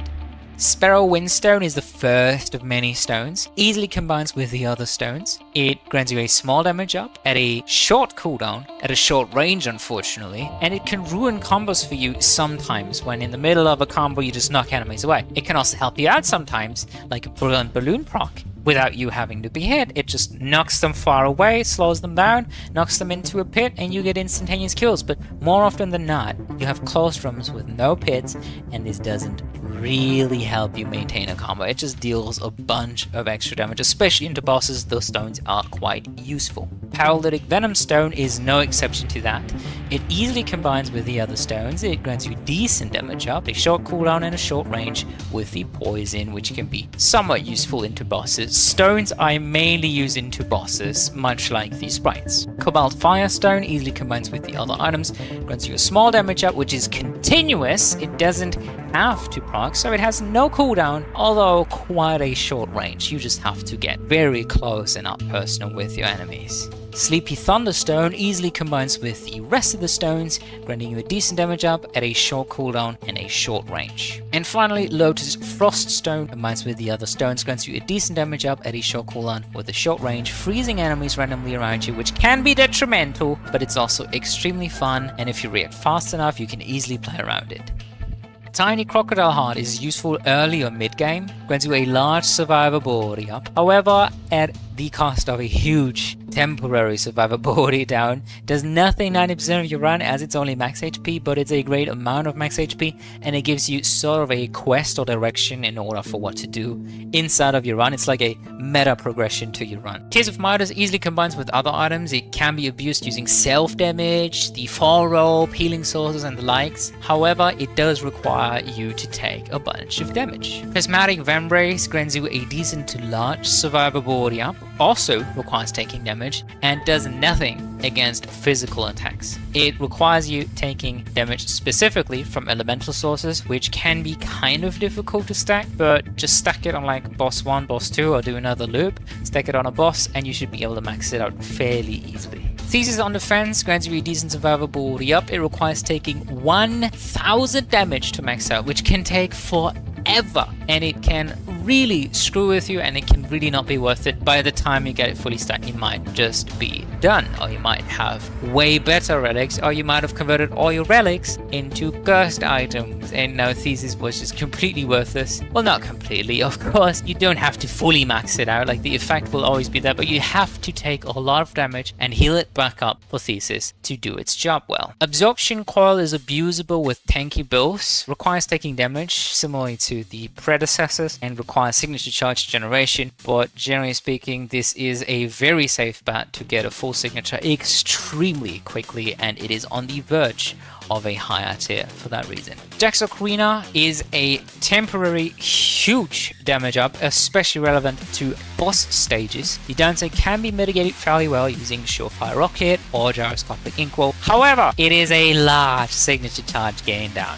So you need a lot of signature charge by default to compensate, or some very strong supportive items. And ideally, your entire run focus is not solely on your signature, but a bit of it, because you get that free signature for bosses and you can just destroy their first phase right away, pretty much every time. That concludes our B tier. Let's move on to probably the most exciting tier with the A tier, starting things off with Fatal Firecrackers, which is quite fun. It's a decent damage up. It is, however, a large survivability down, and there's a straight up, way better, more accessible version to it. Heartbrender's Amulet is a large to huge damage up, in fact up to 50% damage up. It synergizes well with other low HP items such as the Berserker item group, but unfortunately it also means a huge survivability down. It can be quite risky to use, although you can pretty much fit it into any build so long as you are not afraid of dying. So long as you have a revive, of course, you can abuse the heck out of Heartbrender's Amulet. Sinister Ledger is a large damage up, however it does require you to not take damage. It takes a while to stack and can reset in a single hit in an instant. Reinforced Bracers grant you a decent amount of survivability up, however they do require projectiles, so if you don't have any projectile abilities, they are kind of a useless pickup, or you should pick some up later down the line. Mirror Shield, talk about projectile destruction, grants you a decent amount of survivability up. It can protect you from being stun locked, although it only works against projectiles, and it only works once on a quite lengthy cooldown, if I do say so myself. Warlock Curtain is a decent survivability up, a decent decent and reliable projectile destruction source that requires good positioning and only works against projectiles, doesn't do anything against any other kinds of hits. Orbit's formula is abusable with healing heavy builds. Unfortunately, mid-combat healing sources are quite hard to come by, and it requires some signature charge generation, so something like a stylus can make this item become obsolete. I like to use this before mini boss fights specifically, or even regular boss fights. Start things off with a fresh, free signature. Distractive Abacus is a decent damage up. It causes less downtime between rooms, which is great, more action, right? And you can just use your abilities more freely and have to spam your basics and your dashes way less frequently. It does nothing for you in boss fights, unfortunately. Whimsical Explodium is the aforementioned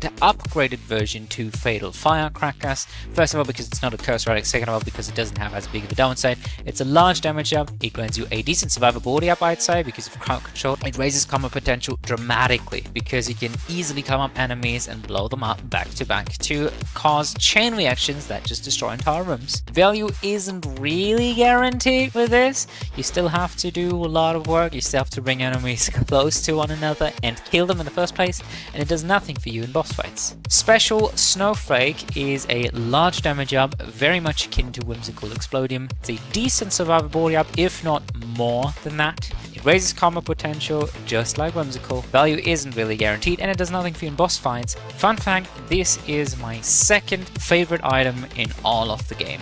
Large Red Button is a fun run modifier. It can drastically shorten your run duration overall. It's basically a speed run on a timer. It grants you a free full heal additionally, repeatable. Unfortunately, it is a large survivability down, and it does nothing for you in boss fights. This can be quite difficult and dangerous to use, so you should know what you're doing. But to me, this is just cracked key, but in manageable and quite useful actually, with that fat heal all the time. Double Toil means a large damage up. It pairs well with defensive abilities such as jumps. Evasion and playing well can also mitigate the downside. Grants you a huge survivability down.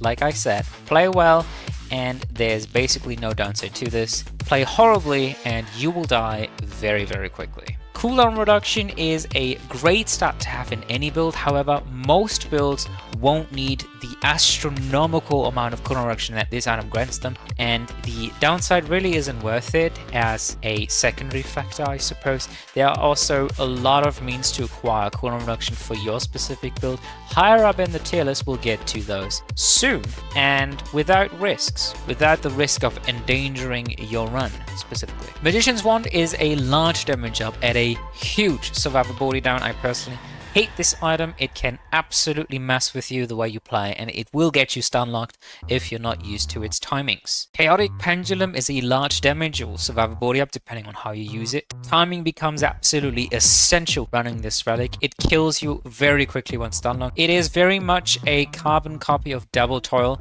Now I have trouble deciding which of these is worse for you when you play poorly, but when you play better, I feel like Pendulum doesn't really matter as much. You can easily just trick enemies and stuff like that, set traps up and whatnot, whereas with Double Toil, if I ever take too much damage, if I ever run a build that is based around having low max HP or low current HP, then Double Toil is just super risky, and I personally prefer Chaotic Pendulum. It is just as extremely abusable with jump abilities, specifically when you have multiple jumps. You can just juggle them pretty much permanently without any downtime between them. If you get some extra cooldown reduction, amazing, fantastic, one of the strongest things in the game, but also very dangerous when you're new to the game. Grease Boots represents a decent damage up, a decent survivability up, and they thin the ability shuffle, which can be great when looking for certain items. Dash upgrades are really not that important, generally speaking, and getting them for free with a bit of cooldown reduction is quite nice. I like Grease Boots as a minor damage up. Dicey of the Nemesis is a huge damage up. It is essentially a crit of a crit. Its proc chance scales with your crit chance. However, value isn't guaranteed. Very much not guaranteed at all. It's a 2% chance on critting. So if you're not running a full crit build, this will likely never even proc over the course of your run. Even when you're running a full crit build, this might never proc. It's just incredibly lucky when you can proc multiple of these, and you will notice something like a fireball will turn into 300 plus damage in a single hit. It feels insane. It's so much extra damage on top, but it's never really worth picking up. It's just more of a funny gadgety item. Ring of Reserves is a decent damage up, however it does require charge based abilities. There are a lot of charge based abilities including most dashes, so that's not an issue at all. Generally speaking, this is a damage up, can also be survivability up, and it's quite reliable and you can feed into it very easily. A lot of charge based abilities are also quite strong because you can perma stunlock entire rooms, and Ring of Reserves, it's so good it might as well be considered cooldown reduction plus a base damage up. Broken Plague Flask makes bad abilities viable. It kills you when stunlocked, very much so, but this is the harmless version of Abhorrent Cologne, way further down the list. I feel like this is also easily abusable. Just do not get hit so often and you can run pretty much any build and obliterate your run. I might as well place this way higher up on the list because it's so easily abusable. Even new players may be able to utilize it. However, you need a solid plan for your defense, a solid plan for escaping, and for crowd controlling enemies so you don't get yourself killed too early on. Blades of Sympathy is a mid-combat healing source that requires taking damage, which is generally fine because you have a couple seconds to activate and utilize its effect. And then when you have drills, for example, or lightning abilities or anything else that hits very frequently in a very short span of time, this becomes a massive heal. Pairs up extremely well with things like Orbit's formula for gains additionally to that health gain back. Death's Scythe works quite similarly to Blades of Sympathy. It constantly damages you. It is a decent damage up pretty much all the time. It's also a mid-combat healing source literally all the time. It pairs well with Orbit's formula, Absorption Call, and other healing ups, so you can actually sustain enough HP to not die right away, even when carrying things like Double Toil or Double Trouble. It is a decent survivability down because it will permanently drain you, and there will be moments where you're stuck in a cutscene or something afterwards, you're just left with no HP. You need to kind of build around it. You need to go for multi-hit more than anything else because otherwise you will die. It can get you killed very quickly. Regenerative Inkwell is a scaling survivability up. It pairs well with Mobius Quill or Volatile Gemstone. It is a large damage down since you don't get to use your signature with it. However, you don't have to use it. You can open your inventory at any given moment, drop it, and then use your regular signature and pick this back up when you need it, or drop it at the beginning of a boss fight, for example, and there you go. There are multiple ways around it. It requires signature charge generation though, so something like a Stylus will annihilate it similarly to any other signature charge based item in the game, but it's an opt-in big heal. Puffy Parka is a decent survivability up. Value isn't guaranteed though. It pairs up quite well with the Clover. Yuffie Shawl is a decent survivability up at absolutely no downside. It's basically like Antiquated Tabi, but more reliable as it's not chance-based. The armor is just always there and it always applies. Heavy Travel Jacket is a decent to huge survivability up. It's rather decent on average. You won't have 12 relics or more than that every time. It requires lots of items, but you basically want a lot of items in all of your runs, right? So this is gonna be quite useful. Memory Chamber is a large survivability up. It's amazing into council members, excluding Sura, that is. It does nothing against physical attacks, and it does nothing against Sura's phase 2, where he just casts all different elements in an alternating pattern, so this can never really truly stack up all the way. Combo Gloves are a decent damage up. They can be clunky to use depending on the basic ability though, so you should know when to pick these up and for what abilities you really want them. Evening Gloves are a decent damage up. They're not as good for charged basic abilities, but generally you can always pick these up no matter what. They are kind of similar to Combo Gloves, but I need to know even less to use them. They're just there. I can abuse them. I can use them. They stack with other effects. They scale very well into basic Arcana builds, and they are just purely fun. Graduation Bouquet grants you a lot of potential to give you very strong and expensive items. You get to see way more items, and its downside can be mitigated when fused with the graduation cap. However, its value is never really guaranteed, and it might be worse than being able to purchase whatever you want whenever whenever you want to. For example, abilities. Curious Relic Cube is fun. It grants you huge potential, similarly to the Graduation Bouquet, but without its downside of being a cursed relic. You can drop it at any moment, or you can just keep it for as long as you want and mitigate its effect, because speed ups like Tearing Whirlwind or Glacial Getaway can mitigate the speed down very easily. There is little to no downside compared to Graduation Bouquet to this, and it can make for a fun challenge as a starter item, similarly to the C99 piggyback. Journal of Miners is fun. It easily combines with other items. It is useful early to mid game, and more gold translates into more offense, defense, or healing depending on what you are investing into. It does require not taking damage for a bit, but you can sequence break these fights quite easily. You can pretty much go wherever you want inside of a dungeon, and when you see a room layout where you know this can be really risky or this is a trap room, you don't have to go there right away. Maintain the streak, get your bonus first, and then go into the harder rooms. It does nothing for you in boss fights, unfortunately. It is a Midas item, so it's only here for gold game, but it is noteworthy that the Midas items stack up together for a rounder package that doesn't just grant you gold game. That's why this particular item is so high up in the tier list, in case you were wondering. Relic Rewards card easily combines with other items. It is useful early game. You usually won't need it though, and it falls off pretty hard once you don't need gold or items. It does nothing for you in boss fights. Glove of Midas easily combines with the other Midas items. It is useful early to mid game, and more gold translates into offense, defense, or healing, or whatever you want. It does nothing for you in boss fights. This is guaranteed gold gain on everything you do. Super useful, especially as a starter relic, one of the most powerful starter relics in the game. Although in this game you are generally never starving for gold. Prestigious Diploma is fun. It is immensely useful on a fresh save file. It is useful with gem healing, gem to gold conversion, grants you a ton of potential to find very strong expansive items. You get to see a lot more stuff, although value isn't guaranteed depending on when you pick it up, and it might just drop things that you're not really into. Wallet of Vigor is tremendously useful throughout your run. It gives max HP increases an actual purpose. It pairs well with large red button, Tears of Midas, limited edition robe, armor, etc. Health taken is affected by damage multipliers, for example double toil or double trouble. It falls off pretty hard once you don't need gold or items, and it does nothing for you in boss fights, but overall this is an extremely solid on-demand, give me more gold, give me this item.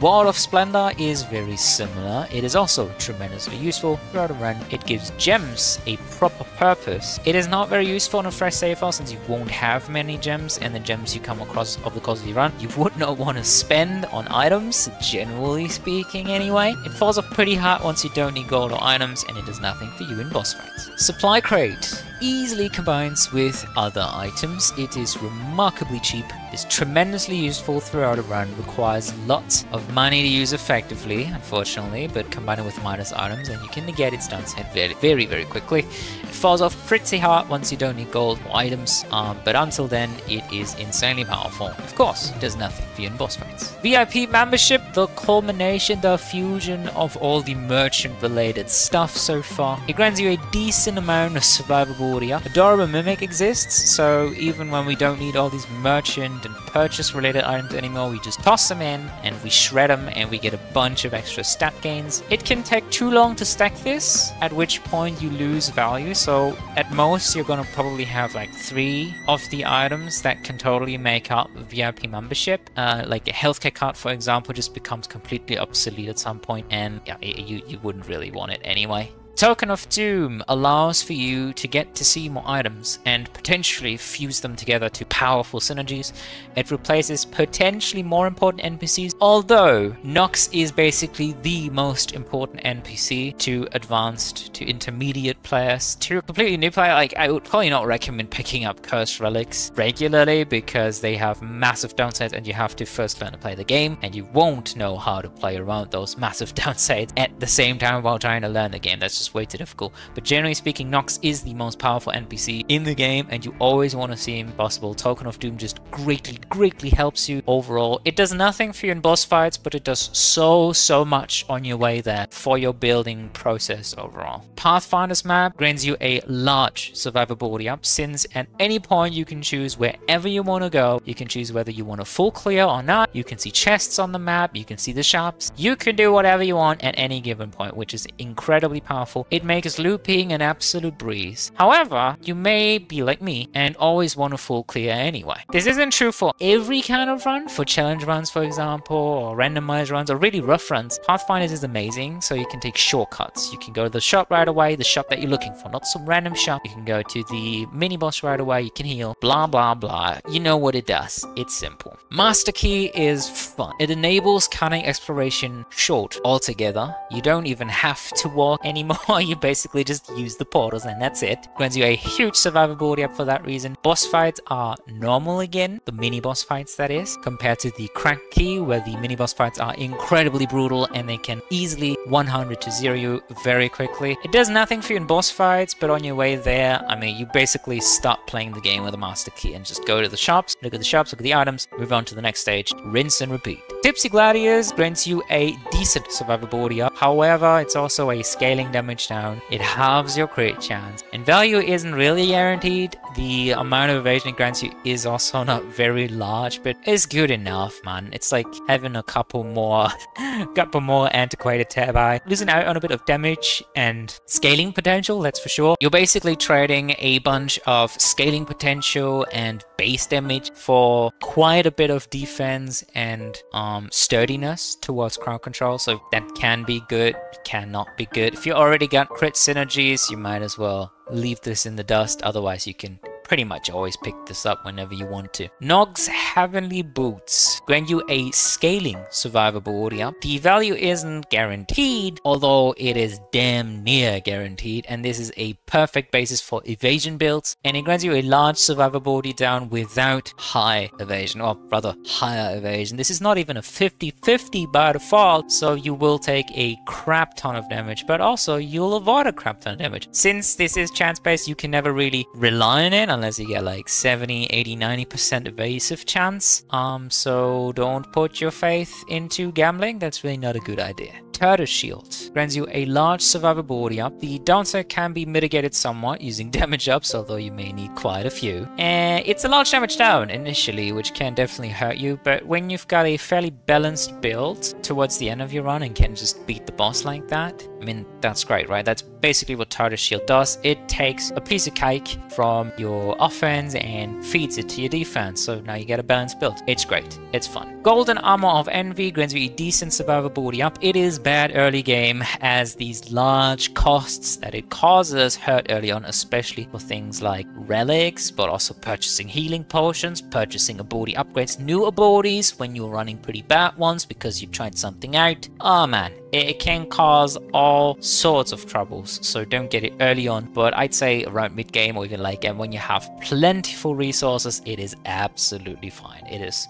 super duper useful. Secret Wildcard grants you a huge damage or survivability up depending on what you use it for. Value isn't guaranteed and it requires a lot of signature charge generation. I personally am not really a big fan of it. I feel like this requires more, like way more signature charge gen than I usually get, like more than one family seal worth of extra signature charge gain or something like that. Ancient Fountain Pen is a scaling damage up, very useful for looping. It requires strong signature charge generation, very much like Secret Wildcard, but in order to actually extract a lot of value from Ancient Fountain Pen, basically the second you pick this up, you have to be able to generate like 3 signatures a minute, or just go looping. Just go looping altogether, make this become like a 15 to 20% damage up, and you got a bang for your buck. But until then, something like a Secret Wildcard is just so much more accessible. Like charge a signature once and get twice the damage.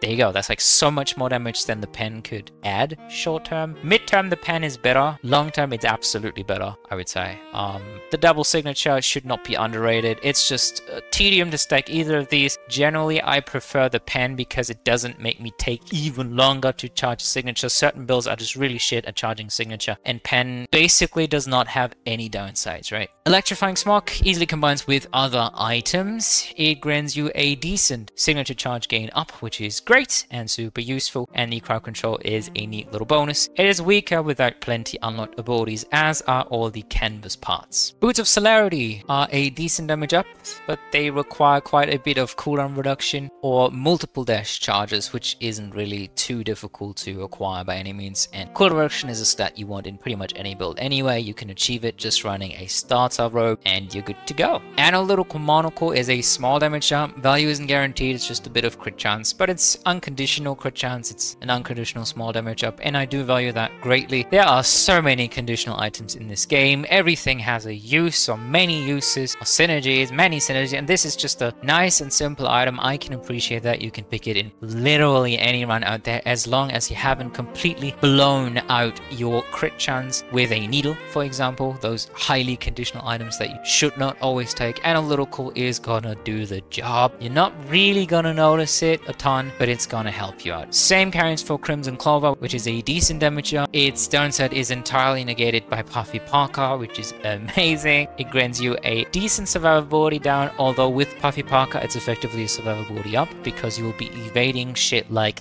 crazy, and value isn't guaranteed. As for all the crit related items such as critical placebos, which is yet another decent damage up with no downside at all. Value of course isn't guaranteed. Tapping Gloves is another one. It's a large damage up, I would say. It's very reliable to use. It can always be made use of since basic abilities do not have a cooldown. It is, however, super inconvenient. Like, you can use this on everything. It's almost like having that base crit chance on everything, but you're gonna have to do so much mental and physical training just to get that shit right. Weave in basic attacks between everything you do. It's so annoying. It can be fun. It can incentivize a certain unique playstyle, but to me, it's so annoying. Long term, like after having it play once or twice for an entire run, is so fucking annoying. Amulet of Sundering is a decent damage up. Nothing bad here. It's not crit chance. It's a guaranteed damage up for all builds. Everything can use this. Literally every build under the sun. This has no restrictions, unlike Signature Charge Gain, unlike maybe even cooldown reduction, unlike crit chance or healing. This cannot be unbound. Basically, there's no way to say, hey, you're not dealing damage anymore. This is always going to be damage up, and that's so freaking solid. You love to see it. Friendship Bracelet grants you a small to decent damage up and a small to decent survivability up. It is much weaker outside of multiplayer, but generally this is just free stats, and that's great. It's both the stats that you need most of. Damage, survivability. That's all you really need to in a run. Chaos Scanner is a small survivability up and a small damage up. I tend to use this more for survivability because when I really suck at using certain new abilities or certain combos or abilities in certain contexts, like me having certain items, and I cannot really keep track well enough of enemy HP, this always helps me out. It's always convenient additionally, and it actually has a use. It's not just utility, it gives you damage too, and that's amazing. Idealist Scorecard, another Idealist item, it's been a while since we've seen one of those, is a full heal on pickup. It is a decent to huge damage up. I would say rather decent on average. Even just proccing this once is great, but this scales to above 100% damage increase, so for looping this item is 100% mandatory. You want that every time. It scales very well, but short term, this is quite a harsh requirement when I only get to do like one more boss fight, 2 more boss fights, or the end boss. It's not really gonna do anything, which is why I basically never pick it up, and it breaks on drop, and it's an Idealist item, so it's incredibly expensive too. Like, I'm not gonna waste my money on something but I don't have a guarantee that it's actually gonna help me out. Like I said, even just a single proc of this is super worth it, but when I don't get to proc because I'm just having a bad day, I'm playing like absolute garbage, I'm playing a new build, yada yada yada, excuses here and there and everywhere, this is just not gonna cut it for me. Cabby's Box of Sweets is a decent to large damage up, I'd say, with flexible ranges. It's super cheap, and of course Adorable Mimic exists. Now the only reason why it's so low in A tier and not way higher up is because certain builds just don't care about basics. Yet you weave them in, but you don't always even aim towards a large group of enemies. Maybe you're just 1v1ing an enemy and stuff like that. It can screw things up for you with the lightning ball. It can be kind of wonky. It can cause projectile destruction where you didn't want it, or it can screw things up for you, is essentially what I'm saying. Like, you don't really need to have this focus on basic attacks. It becomes way better with more support from evening gloves and combo gloves and stuff like that, but even then I would rather have like a flat damage up, generally speaking, like a slightly higher damage up than fucking Amulet of Sundering. That's definitely not worth exchanging all those sweets for, but we'll be looking into a bunch more items a bit higher up. We got some damage ups that I would compare to Cabby's Box of Sweets, and I would much rather have greater damage ups or more impactful items overall. Cabby's is amazing. You could easily rank this higher up if this is your cup of tea. It's not really mine, and I basically try to avoid both crit builds and basic Arcana-centric builds like the plague. I have made very poor experiences with those. Although I love to use cabbies just for poke damage and stuff like that, it's super versatile, it just doesn't carry a run like, well, the following items. Unicorn tail is one of the coolest items in the game because unicorn! Motherfucking rainbows! It's beautiful! You have to love it. It's a large survivability up. It causes less downtime between rooms, so more time for action sequences, which is amazing. It can clutter up the screen, especially multiplayer when 2 people are running this. It's super duper annoying. I love this. I love this item. It's so fun. It's so good. How can you not love it? It's kind of like the sprites in that it sparkles, it shines. It's very appealing to look at, and it's also very appealing to use. It's not just pure vanity. Yet again, it's actually useful. Bashing museum ticket here for the 300th time, I feel. Vampire's eyeglasses are a mid-combat healing source, and quite a strong one at that. It's a scaling survivability up that scales not only with items, but multi-hit abilities and cooldown reduction. Absolutely fantastic. Could be way higher up on the list, without a doubt, in my mind. But the thing is, you need a lot of support, and like late in a run, I'm not gonna pick this up, generally speaking. I have way better options that I short-term, super important for boss fight XYZ, say Sora, usually. And this is not one of them. I rarely run crit personally, so naturally this ranks a lot lower for me. I just don't really see the appeal. Well, I know what the appeal is, like having Dicey the Nemesis proc over and over again, having just infinite healing mid-fight and seeing all those cool numbers, but to me, that's not really something that I personally enjoy doing. And like I said, there's not really an incentive to me to pick these towards like the middle or even end of a run, because I know exactly I'm not critting that often. I don't typically run multi-hit Arcana that hit like 30 times a second. When I do run drills, I always consider this because it can be super useful, but other than that, I'm not really too big of a fan of it. Jade's Chakra Locket grants you a large survivability up. It requires Chaos Gem gain, and it requires 999 gems to max out. That's not really a big deal because it is quite alright even without any gems, as long as you just collect gems. It's like a jewelry box, which is great, and it has an added effect for anyone who's not completely new to the game, or anyone who has more than like 100 gems. If you don't just spend your gems immediately every time and instead just try to make progress by winning and getting better at the game, items like this one become much more worth it to you as a player, even as a completely new player, and therefore I rank it much higher. It is so much survivable, having a ton of armor so you take less damage in the first place, and then healing, like a shitload of healing that you're also capable of increasing very easily with extra gem find, which is the thing you want to do anyway as a new player, right? To compensate for when you actually get hit. So when you get hit, you take less damage and you out heal it much easier. Hey, that's great. That's a complete package, and it works in boss fights because of the armor, so super useful right there. Moving on. Sanguine Attire is the combination of Vampire Fangs plus the Vampire's Eyeglasses, and it is beautiful. It is so freaking good. It's a mid-combat healing source, probably the best one in the game by a long shot. It grants you scaling survivability yet again, and it scales not only with honors but multi-hit abilities and cooldown reduction, similarly to the Vampire's Eyeglasses. A bit of crit chance on this goes a long way. It can make this item become the strongest mid-combat healing source in the game and one of the top S tier items in the game, because it'll completely heal you up fully all the time. You get hit down by like 400 HP, you just heal back all the time, especially with things like Neve's Emerald and Neve's Quartz. You can come back using this so easily, it is ridiculous. It's so good. But the thing is, you need a lot of support. You need item support, you need crit chance support, you may want an all rope or other rope support with the shift rope, for example. There's just, you know, you need an ability that hits frequently. When I don't have it, it doesn't really do anything.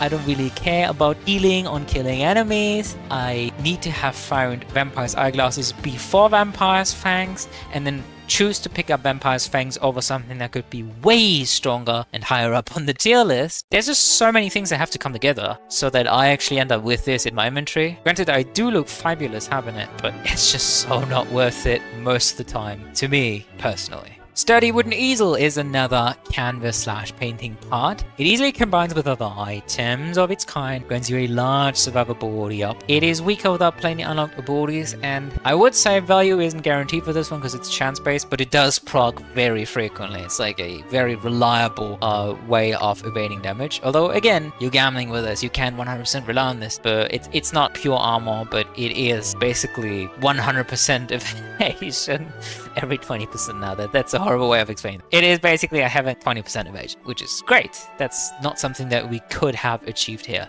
so far. Spell Thief Socks grant a decent survivability up. Unfortunately, cooldown reduction sort of works against this item in that it is great for combo builds where you just weave in your combo and then you weave out of combo. You just walk away straight out of the combo, something like an Astral Dissonance. You fire everything off and you just walk right out. You still got a few iframes, you still got a dash, you just walk right out. You have so much movement speed. You just casted a bunch of abilities, everything's on cooldown. Now with a lot of cooldown reduction, these don't proc reliably anymore, and you might as well just stay in place and keep comboing and do these micro dodges, which can be way more difficult to pull off. But generally speaking, these go with every build, you put them everywhere, and I see them way too infrequently. Unfortunately, I love this item. It's beautiful. It's really, really fun. Equestria Cap is fun. It is horsey, so horse girls absolutely love this item. It grants you a large amount of survivability, and it grants you less downtime between rooms, which we have learned so far is super fun. Less downtime, less waiting, more action. And not only does it do that outside of fighting sequences, but also inside of them, which is great. The extra mobility can be super useful. It gives you the edge. We've talked about that with the Mercury sandals earlier, and the extra run speed from Unicorn Tail, but it's higher extra run speed, basically. Oh, it's not really run speed, okay? It's the delay. The delay is shortened between you walking normally and running, which is amazing. That is super useful to run circles around bosses quite literally and just dodge everything they have. Surefire Rocket is convenient. It is convenient in the same way that Gyroscopic Inkwell is convenient, or that Infinity Marble is convenient, or that a Chaos Scanner can be convenient, or even that the predecessor Equestria Cap can be convenient. You usually will not need it, but I could say the same thing for a lot of these items here. Simply generating more signature charge is often better. That's a point that I can make wholeheartedly about Surefire Rocket, because it's true. Just have a full signature instead. That's way more useful. But Surefire does conserve signature charge between rooms, which is both incredibly useful early game when you pick apart enemies and you don't even have enough time to stack up a signature. When you have to walk around a bit, you've already found the teleport room and you want to stack a signature before entering the mini boss fight, or generally to just conserve it. You don't really have to have a build that is great at generating signature charge, because you will eventually get yourself a signature. You can use it on healing, you can use it on the mini boss, you can farm it up against bosses, walking circles around them, learning their patterns while having a very shitty build, and then eventually using a signature and whatnot. You can use this for all kinds of purposes, although it doesn't help you so much generating that signature in the first place. It doesn't keep you alive long enough so you can aim, doesn't help you aiming in the first place. It doesn't even help you ditch out damage per se, or stay alive. It just helps you ramp up to that signature so you can use it more frequently, more reliably. And I think this is one of the strongest items in this game. You can do so much with it. You can hand it to someone completely new at the game. They don't have to have a perfect time crystal, family seal, vortex gemstone, tapping gloves, or vampire's attire or whatnot. This is fine. This helps them to stack up signature, and this helps them understand how strong signatures can be and how impactful they can be, and that you should always try and play around them even when you are playing a basic Arcana build, because it is beneficial, and you can build around things like Ring of Recycling, you can build around things like Regenerative Inkwell, or you just build around signature damage, or use it for support, use it for dodging, use it to break free from stun locks. It's so important. I love this item. I think it is so good. I could honestly put it way higher in the list. I had to drastically pull it down over and over and over again, but this I feel is a spot where it can remain and where it makes sense, and where it's somewhat in balance between my personal opinion of it and the general arguments that I could come up, the general opinions that I have seen online about Surefire Rocket not being super useful and, you know, not actually doing anything for you. I disagree with that heavily, and I'll put it somewhere between in the sweet spot. Ella's Glass Kite is a huge temporary survivability survivability up. It grants extra iframes as well, so you not just have the hits from it that are on the item, but also a ton of iframes every time you get hit. It breaks on drop, unfortunately, but this item overall, especially towards the end of a run, or in a Pride Roll run, or in another challenge run, is so good. It's so damn good. It can be better than revives. Generally speaking, it's not though. Dependable Cake is a decent survivability up. Both ingredients, unfortunately, are quite niche, and I rarely ever pick them up. Both a super carrot cake, which is like still fine, like you can pick it up trying to scour for dependable cake, and especially spiked emergency kit. It's just so weird and niche, and I don't really want to deal with the implications of having a spiked emergency kit, lowered max HP and stuff like that. It's just annoying, you know. There's also, generally speaking, way better options in the cursed item shop than this. Probably even Vampire's Fangs, because at least, you know, they do something all the time for me, while still lowering my max health way too much. Horned Halo is a single revive, so it grants you a decent survivability up. It is a decent temporary survivability down, and it is single use, but that can be a good thing because it is a cursed relic after all. You may want to get rid of it, you may just want to abuse it for like a Tears of Midas or whatever, or your Viking build, sorry, your Berserker build. I don't really know, just take it for whatever. It can be a run saver. You can just bring it at the beginning of the run, for example, and keep it for the very end boss, or use it early on deliberately so it's out so you have more room. Just do whatever you want with it. It is quite flexible in that it removes itself from your inventory. Box Escape Key is a potentially repeatable revive, so I'd say it's a decent to large survivability up. The value isn't guaranteed past the first use, and there we are again with the point of gambling. It halves its chance of proccing every time, at least on paper. I'm not sure it does that in the game's code or whether it works in funky ways, but on paper it halves its value, so it's a 100% guaranteed chance to revive, and then it's a 50, and then it's a 25. I feel like this doesn't really grant you iframes on revive, so I have had it multiple times where this just procs 2-3 times in a row. I didn't even notice, and I looked after the fight, and so holy shit, I was like at 12.5%. Oh my god, I should have died. Absolutely. This can be dangerous. It can be useful. I would say reserve this for challenge runs. It's fine. It's affordable, unlike Horn Hill, for example. You can always get it. It's in the regular shop. You can get it right before store, although I would probably get Ella's Glass Card instead over the revive. Pazoo's Favorite Hat is a single revive, so decent survivability up. It's also a single-use mid-combat healing source for a little bit of healing here and there. You can use it in different ways at ease. It breaks on drop, which is fine. It doesn't really matter, does it? Soccer Cleats is a decent damage up, however, it requires movement abilities. You start things off with a dash. Most dashes like to deal damage by default. Jumps are great support abilities. You always want to end up with at least one at the end of the game for iframing through things so you don't have to dodge, so you can be way more aggressive, yada yada yada. All the intermediate bullshit Soccer Cleats are great for, and movement abilities generally are insane in this game and extremely fun, so all of that is on top. Jumper Cables is a decent damage up, a decent survivability up. Pairs well with jump abilities, ironically, and it requires movement abilities, similarly to the Soccer Cleats. I would say the cooldown reduction is actually stronger here than the damage, because you can do so much with cooldown reduction and movement abilities. So much dodgerinos, so much staying alive and extra damage and climbing up and knockback and pit kills and whatnot. It's insane. It's so good. Voxel's Pendulum is a decent damage or survivability up. To be honest, I wasn't sure whether to rank it above or below the movement related stuff, but it's just safe. It always works in every given build. It's a very minute amount of cooldown reduction to everything, so that's great for charge-based abilities, for movement, for buffs, everything. Literally everything that isn't a basic Arcana, this is useful for. Tozy's Pocket Watch is a large damage or survivability up. The downside can be mitigated using enough signature charge gain items. I rarely ever do that because I don't really want to pick it up because I don't want to ruin my already cool signature thing that I got going for me. Usually I go for signature charge builds, so I don't often pick the Tozies.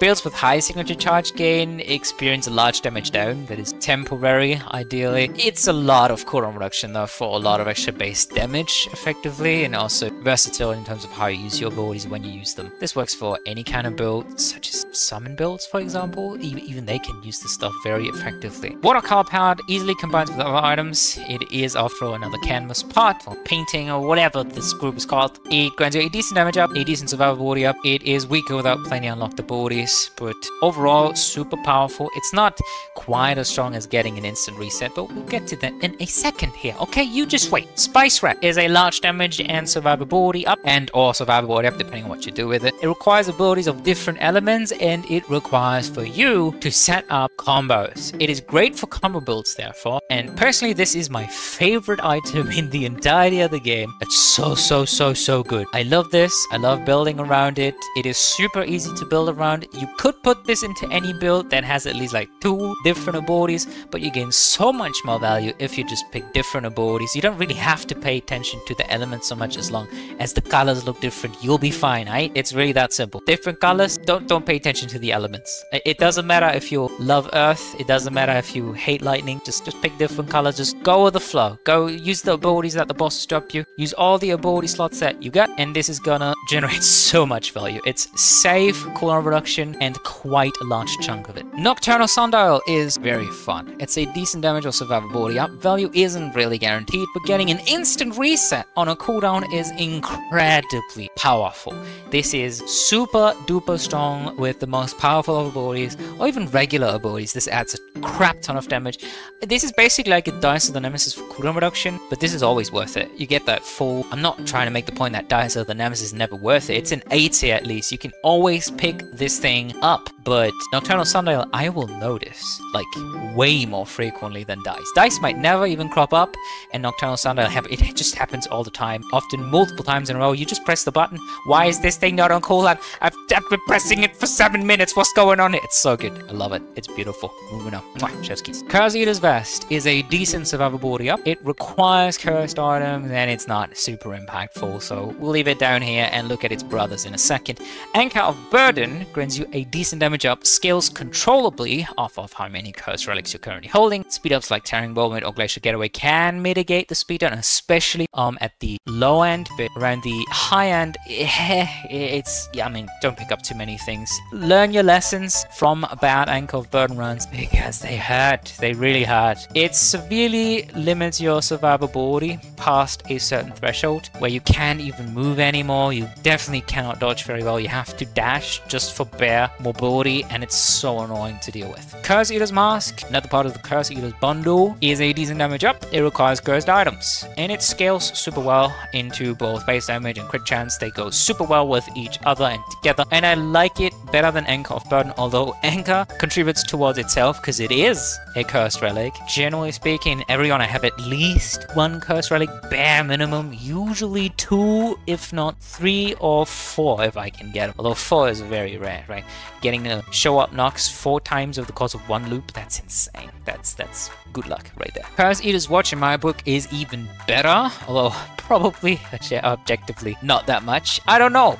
Let me know what your opinion on that is. To me, the cooldown reduction plus signature charge gain is just so much more. You get the instant 100% cooldown reduction on your strongest spell with a stronger version of it. First of all, the cooldown reduction helps you spam your abilities more frequently, right? For survivability and damage purposes or utility purposes. It allows you to charge your signature faster. The item itself allows you to charge your signature faster, and that's just great. Just so much extra damage. You need a little bit of extra base damage, sprinkle in a little bit of crit chance for excitement, and there you go. Bada boom, bada bam. Curse Eater's bundle is the culmination of the Curse Eater items. Who would have thought? It grants you a decent to large damage up and a decent to large survivability up. Requires cursed items, but it's just 1 item slot, and you have so many slots left for cursed item, and you're gonna see at least 1 Nox over the course of your round. And if you're not, just do another loop. It's fine. You've already beaten 3-1, 3-2 and the likes. Just do another loop. You can do it again. Get better items, get stronger, get big benefits. There you go. Reap what you sow. Merchant's Guard is a decent to huge damage up, requires lots of items.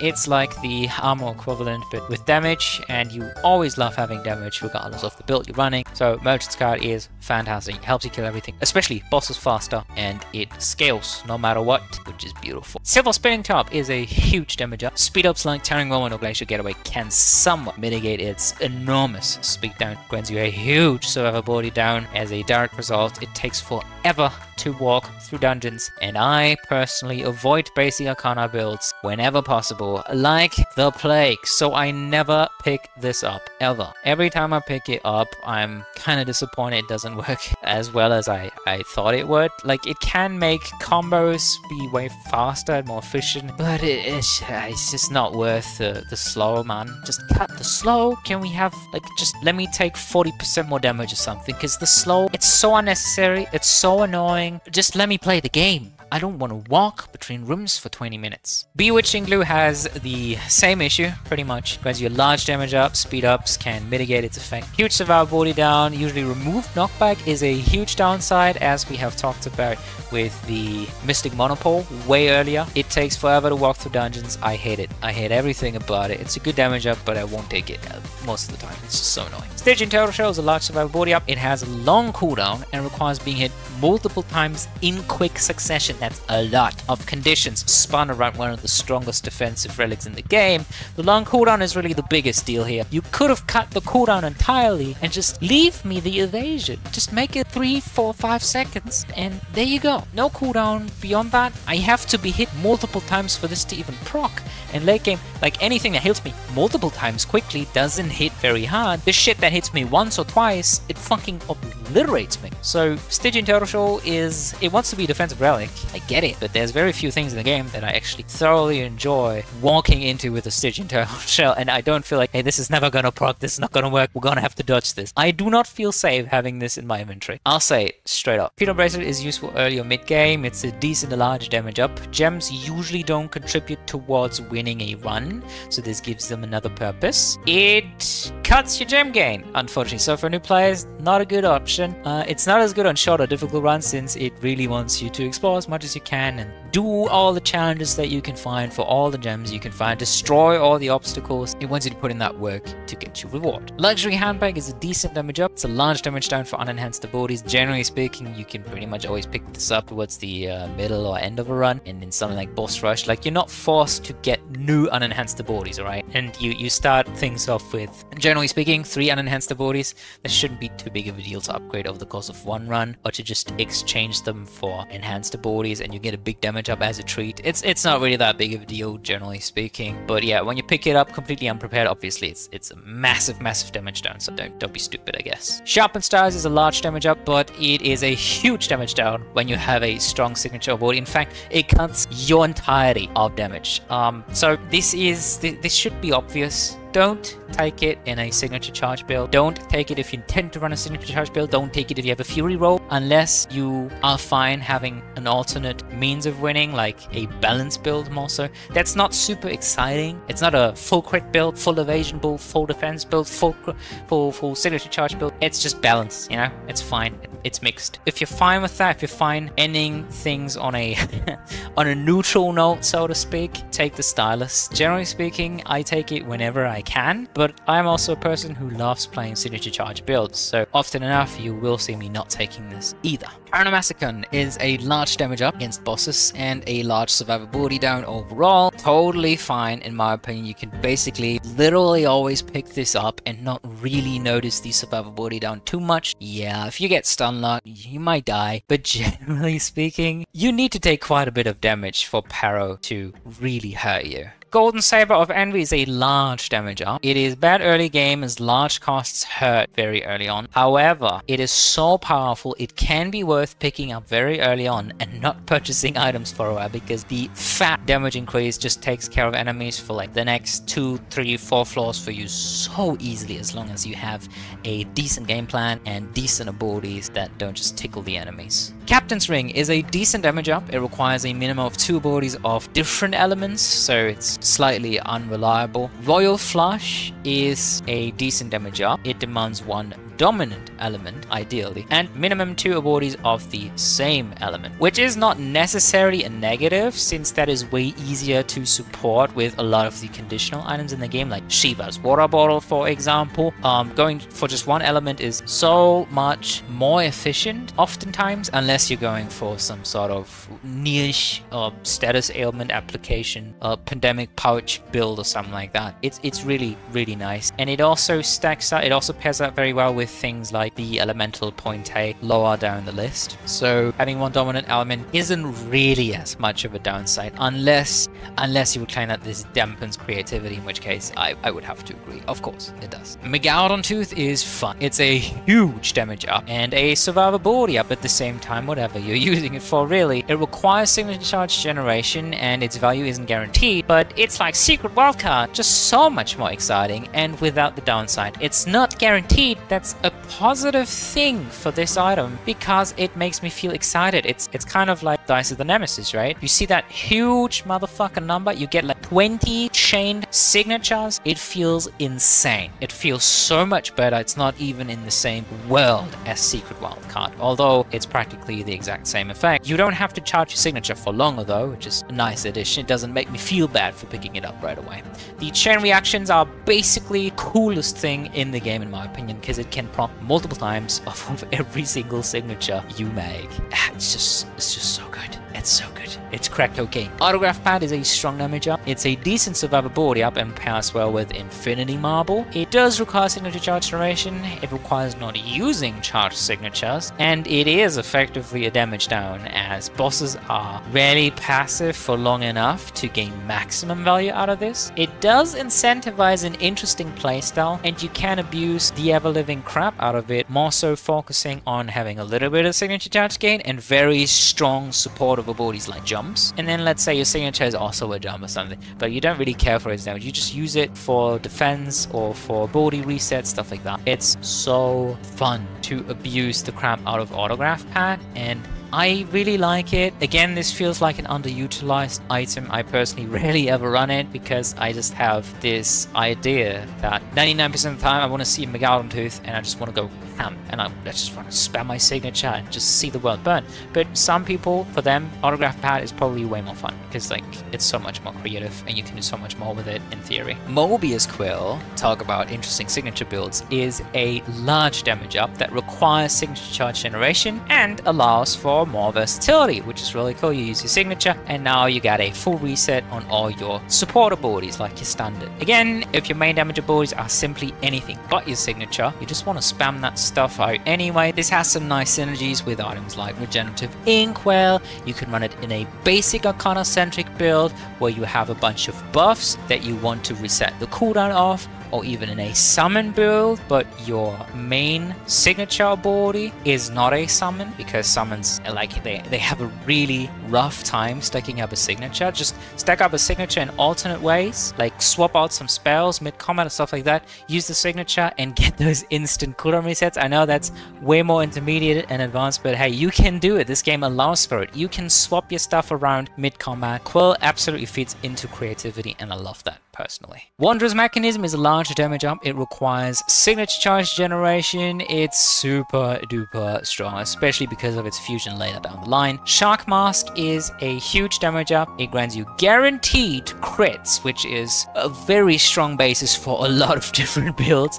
such as using Vampire's Eyeglasses. It requires signature charge generation, but that's really the least of your concerns. Also, as a bonus point, it looks hella goofy and you can bounce it on your head like all the heads in the game that you can bounce, that you can discard rather. Perseus, for example, you cannot do that with. Hunter's Stiletto easily combines with other items. It is a large damage up, requires status effect applicants, and does nothing against Sura. Singing Bowl is a huge damage up, grants you guaranteed crits after waiting for a bit. It works with all builds, but has a lengthy cooldown as it forces you to stand still and do nothing, and it's kind of awkward just running circles. Sprite Bouquet is fun and stylish. It grants you a decent to large damage up, a decent survivability up. Adorable Mimic exists as per usual, and unfortunately it still keeps the lengthy cooldowns, but that's not really that big of a deal when you have these many sprites. Power Pack is fun, grants you a large damage up on a short cooldown, and again, Adorable Mimic exists. You can just feed that into there. It has a rather short range, but that's not really that big of a deal when you just get a little bit closer. These still have a fairly large range compared to a lot of other items in the game, or even abilities for that matter. And Power Pack feels great in dungeons and boss fights. Like, I feel like that's especially noteworthy worthy because of the short cooldowns and having many stones. It just procs non-stop as long as you keep running after the boss, that is. Hunter Satchel is fun. It grants you large damage up. Adorable Mimic exists. It does nothing against Sora, unfortunately, but it scales with abilities and works very well into most bosses and enemies. Anything that isn't Sora, this is super strong into, and it is quite unconditional beyond that one condition compared to something like Power Stone Pack or Spray Bouquet, which make you either wait or get very close and are sort of clunky and don't really work all the time. Hunter Satchel works every time, all the time, and it adds so much passive damage. It is ability dependent,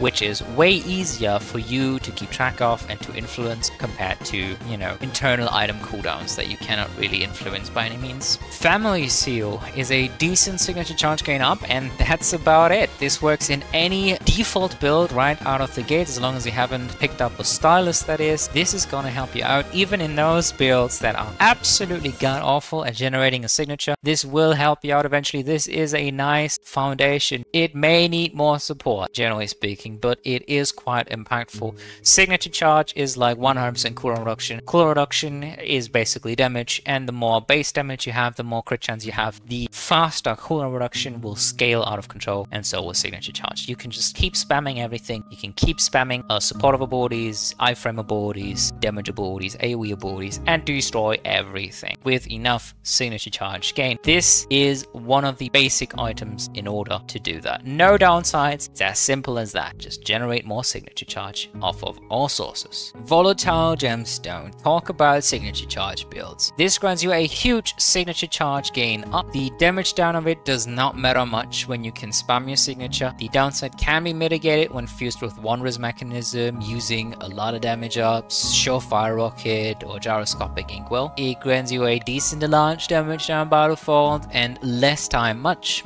less time to charge and use your signature before it goes bye-bye, before it decays. Overall, one of the most powerful items in the game for sure. I feel like I'm always overpricing it a little bit because of its fusion item, which I get whenever I can, all the time. But Volatile Gemstone in and of itself is incredibly impactful on your run and really not that detrimental when you build around it well. Berserker's Axe is a decent damage up. It's easy to maintain and requires taking damage. Damage doesn't help when you're being stun-locked. I would say that's my biggest critique of this item. Otherwise, I love it. I would love to rank it higher. I just think that would be dishonest. Honestly, I should probably bump it down quite a considerable bit. It's just a large damage up, which is fairly easy to proc, but you can also mess this up and get yourself stun-locked and killed fairly quickly. Just for intermediate players running some of the highest tier defense items in the game, like Stygian Turtle Shell, for example, or some of the defense items coming up right here, they make Berserker's Axe so strong and so useful that I can always pick this up, basically, and either it'll spiral out of control or it'll just stay in the background and be super useful occasionally when it does proc. I can deliberately get myself hit on like smaller hits like mage projectiles or arrows that don't stun lock me into oblivion, that don't crowd control me, that don't, you know, freeze me or anything like that, and then I get a big damage boost and I can retaliate, and that just feels really good. Assassin's Blade is a large damage up. It requires a decent crit chance. Most builds can crit and do so regularly, so this is a universally useful damage item. Most builds can crit and do so regularly, so this is a universally applicable damage up, as long, of course, as you haven't blown away your crit chance. Sidewinder's Badge is a large damage up, which scales very well with a bunch of different stuff. It requires using basic abilities, but it is very reliable as you always use your basic anyway, especially to weave it in between combos. No matter your build or ability, you always have it. It can never be taken away from you, and Sidewinders will always proc. No matter how weak you hit the enemy, no matter how often you hit them, it will be there and add a ton of base damage even in the weakest or the strongest of builds. I believe it can also crit, but that's more hearsay than anything else. I haven't done any testing on that. Elixir of Might is a large damage up. Full robe or mid-combat healing can circumvent the condition, and just, you know, self-contained is absolutely beautiful but very rare to find damage up. Helm of Midas easily combines with other items. It's a large survivability up that requires about 500 gold to max out, but that's not really that big of a deal. Like we have established so far, gold gain is really not that big of a deal in this game. You get so much gold, you always have excess gold gold to spare, even in a lot of builds that run cursed relics that, you know, severely punish you for trying to purchase things or that severely limit your gold gain. Even then, oftentimes I find myself having like 200, 300 gold left towards the end of a run. I don't really need to spend it on a meh item. There's a lot of good items, but like we have also established, a lot of these items in the game are situational. And would you rather situationally have like 15% extra armor or 15% extra damage? Well, you could choose between a Helmet of Midas or an Assassin's Blade, a Berserker's Axe, a Famine Seal, whatever. It doesn't really matter. I would just say that this goes in any build and it stacks with other items, which makes this even better. Dagger of Midas easily combines with the other Midas items as well. It adds a large damage up that requires 500 gold to max out, and it is super reliable. This is kind of similar to Saber and the armor sets that make store prices go through the roof. You can basically pick this up very early on and just stop spending gold by yourself. You can of course drop it and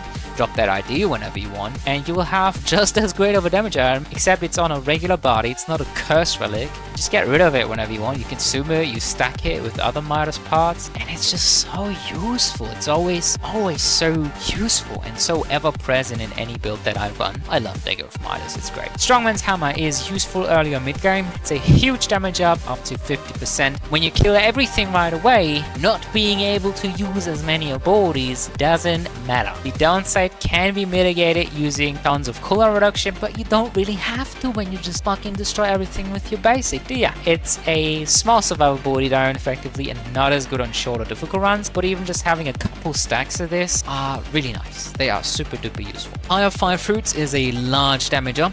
It can mitigate being stun locked, however it disables status ailments for you, which limits creativity, arguably, and it's a decent survivability down. Titan's Equilibrium is a scaling, I would say huge damage up with 30% extra damage and up to 24% cooldown reduction, and a scaling, I'd say large survivability up with the same cooldown reduction depending on what you want to do with it. It's quite flexible and you can take away really strong enhancements or force yourself to purchase abilities temporarily with this. However, I don't find that to be that big of a deal. Like generally speaking, I don't run abilities where I need the enhancements because otherwise they're completely worthless, and generally I'm not shying away from purchasing new abilities either because I know a lot of abilities in the game already. And as a complete noob, it doesn't really matter to me whether I have full everything enhanced or full everything unenhanced. Equilibrium works either way. It doesn't really have a downside in that regard because I don't know how to use my abilities well anyway. Might as well take it. It's really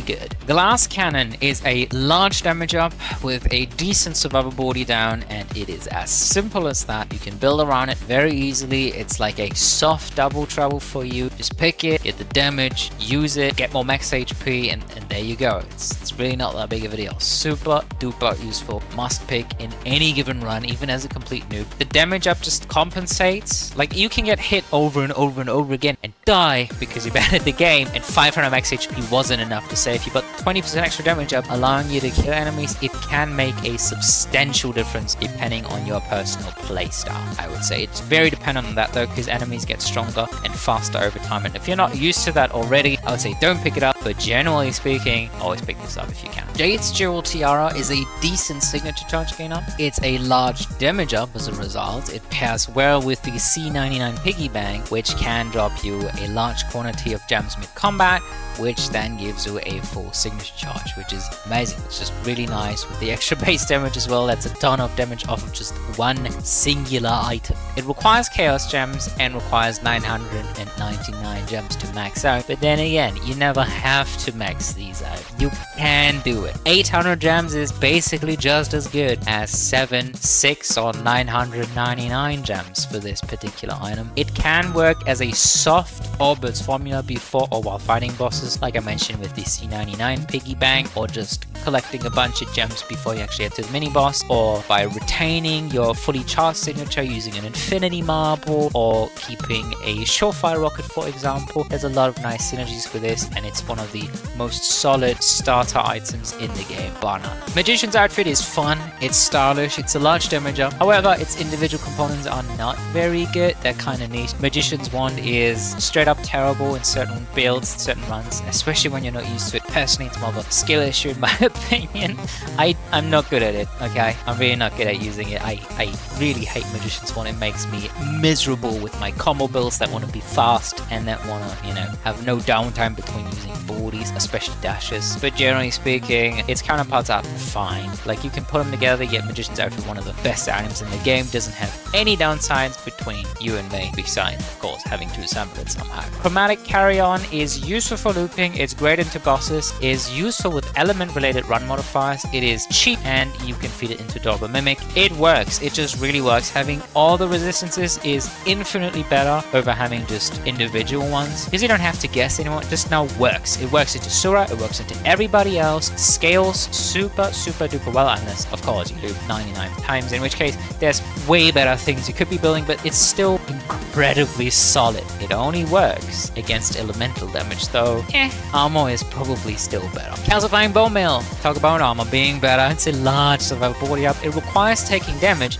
but here's the thing. When I'm hit, the enemy usually hits me multiple times anyway, unless it's like a Zeal Fireball. So is this really that big of a deal? I feel like most of the time it's not. I feel like most of the time I expect to be hit multiple times, at least like 2, 3, 4 times, not just once off of a single hit. Let's take the Sura Shock Nova, Sura Aqua Beam, Dragon Arc, or the Atlas Dragon thing, whatever it's called. They hit you many times, they absolutely obliterate you when you have something like a Double Trouble, Double Toil, and because they're multi-hit, and every hit does absurd amounts of damage. What's more dangerous? Is it a single hit, generally speaking, or is it being stun-locked into submission? I would say the latter. So this item is fantastic for rooms, it's fantastic against rogues, archers, even mages, so you can just straight up walk through their projectiles and not really care so much. It's fantastic against bosses and their elemental patterns. I think it is really good. Basically guaranteed permanent 20% armor. Armor of Greed is a decent survivability up. Evasion and playing well can usually mitigate the downside of this one. It's bad early game as you wouldn't take much damage anyway, and gold loss hurts quite a lot early on. However, the gold game in Wizard Legend is plentiful, so even early game this isn't per se a bad pick. You can still very much make it work and carry it throughout your run and just never have any problems. Of course, you can easily mitigate that downside with Midas items and the likes, or even wallets. Wallets are probably even more straightforward, and since Word of Health, or whatever it's called, Word of Vigor, takes into account armor, it's just, you know, it's a self-fulfilling prophecy, super useful. Beta Bucker is a decent to huge signature charge gain up. It does require abilities or additional items that can destroy projectiles. Luckily, those are a dime a dozen. All projectiles additionally can destroy other projectiles, however, often they don't pierce, so they are also destroyed in the process. That's not really relevant to the Bladed Buckler discussion, but just know that you're losing out a little bit of damage for a lot of signature charge gain. Beam abilities and signature builds are completely insane with this. This is one of the strongest damage ups in all of the game, especially into bosses. Most of the bosses, I feel like, or mini bosses, doesn't really matter who you fight as long as there's ranged enemies. A lot of melee enemies can be a bit of a bummer, but just run projectile build anyway, and well, now you don't need to close the distance or anything. You just go far away, you keep distance between the two of you, you spam projectiles, you destroy enemy projectiles, and you're good to go in your little bunker. Bladed Buckler is fantastic, and it scales wildly out of control with only a handful of things, really. Like, you don't need much more than an Inferno Beam ability, for example, and you're great. You are so good to go. You got an ability that takes care of all the room clear for you. You got an ability that fucking destroys all the projectiles on screen. Any of the beams, for that matter, can be used, but my favorite is Inferno Beam. You can also use Distortion Beam, that's super duper strong. Aqua Beam, because you can target it very well and it has a very long duration. And then you just spam that as a signature, and then the signature generates a signature, and so on and so forth. It is incredibly busted, but in your average scenario, in your average run, it's very good. I wouldn't say it's run breaking, it's just very good. A lot of builds by default have projectile destruction, and there's many ways to acquire more quite easily, whether it be about picking up single abilities, multiple abilities, just dropping them randomly, or picking up any of the plethora of signature charge related items or projectile destruction related items. It's just so much value. Tattered Scroll is a huge signature charge gain up. It pairs well with Cushion Flip-Flops. The downside cannot be mitigated using Surefire Rocket, unfortunately. Other than that, it is completely nuts. It's so much signature charge gain, it's so much extra damage, incredibly well worth it. The only reason why I have it lower here in the list a little bit is because everything above it, it just feels safe. safer of a pick. Like, I don't want to play around not being hit. In fact, I like being extremely aggressive, so I usually would combine this with a bunch of other stuff in order to, you know, mitigate that downside, or at least lose a little bit less signature and then regain it very, very quickly and keep spamming my signatures. Xanos Headband is effectively a large damage up. It's a decent survivability up, and it can be difficult to notice that you are taking damage. It's kind of like Boxer's Cape Key, but it's super duper abusable for intermediate and above players within aggressive builds especially. It loves projectile destruction and signature builds. So you just cast a spell, you know, some stuff is flying your way, you ignore all that, maybe you just happen to mistime your stuff, it doesn't really matter, it's super flexible, and then you have like a tectonic roll and you destroy the projectiles flying your way, or you just keep attacking them anyway, and you can keep dashing around because that ability allows you to do that and have like ultimate freedom. Like, have a Glacial Getaway, do the same thing, Tearing Whirlwind, do the same thing, maybe you got caught up in a blast and you just keep moving, it doesn't matter. I'm not actually sure whether this works into the secret phase Sura. I think it does. If it does, I mean, great, but like, even baseline, not knowing this, I feel like this is one of the best items in the game. It's a little bit niche, a little bit underdog, because it doesn't have like an immediate impact on your run in terms of like not a visible damage increase, health increase, anything like that. But it's super playstyle supportive. If you want to be aggressive, go for it. If you want to be defensive, go for it. You can do either with this thing because you won't be stun locked anymore if you use this well enough. Cushion flip-flops, talk about never being stun locked ever again. It's a large survivability, shielded damage, protects from interrupts and stun locks, and of course you don't take any damage to your actual health bar. It requires signature charge generation and quite a bit at that to be very strong, but baseline it is quite strong. It is great for advanced and above players who pick up stuff like Double Trouble, because then you can just not take any more damage. You can just break free much easier. You can take some trades here and there where you use your signature, or you just use your cushion flip-flops. It's kind of like Xanos Headband, although baseline this is usable for everyone and abusable in a much less obvious way, I feel. You can use a Ring of Recycling, for example, with these, or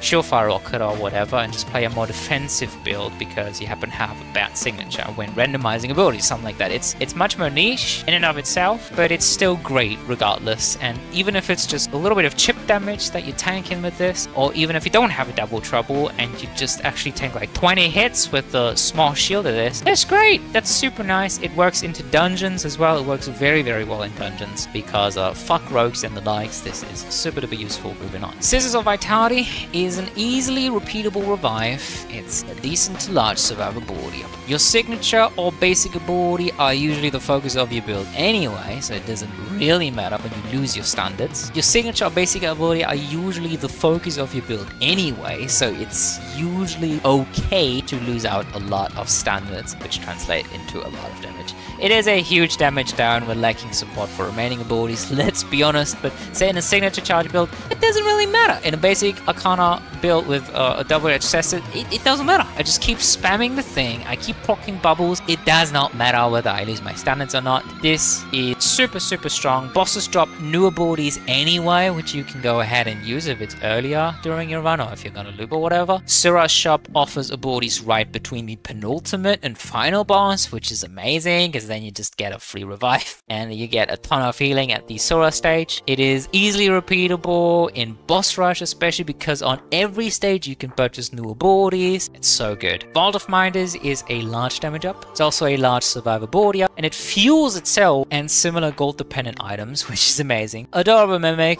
as per usual, exists for this one, so even this one you can toss into the flames when you don't really feel like you need it anymore, but you really want to max out that max damage. This is one of the stack items and you want to feed it in there, of course. Cartographer's Quill is a huge damage up. We're talking about greater than 100%. Eventually, it scales very well when looping. It is not as strong on short or difficult runs, but this is a fantastic starter item no matter where you go, no matter whether you intend to loop or not. It's gonna do so much for you. It's incredibly strong, picking up over the course of your run. You're definitely gonna want to loop for maximum value, but it doesn't matter if you don't. Just having a few extra percentages. I mean, admittedly, it is kind of expensive for just like 5% extra damage, but it's really useful regardless. Fiery Paintbrush easily combines with other items. It is a large damage up, counts well with Double Trouble, and and it is weaker without plenty unlocked abilities, as are all the canvas parts. However, this is an unconditional damage up that works with literally all the builds under the sun, even the ones that don't deal a lot of damage a hit.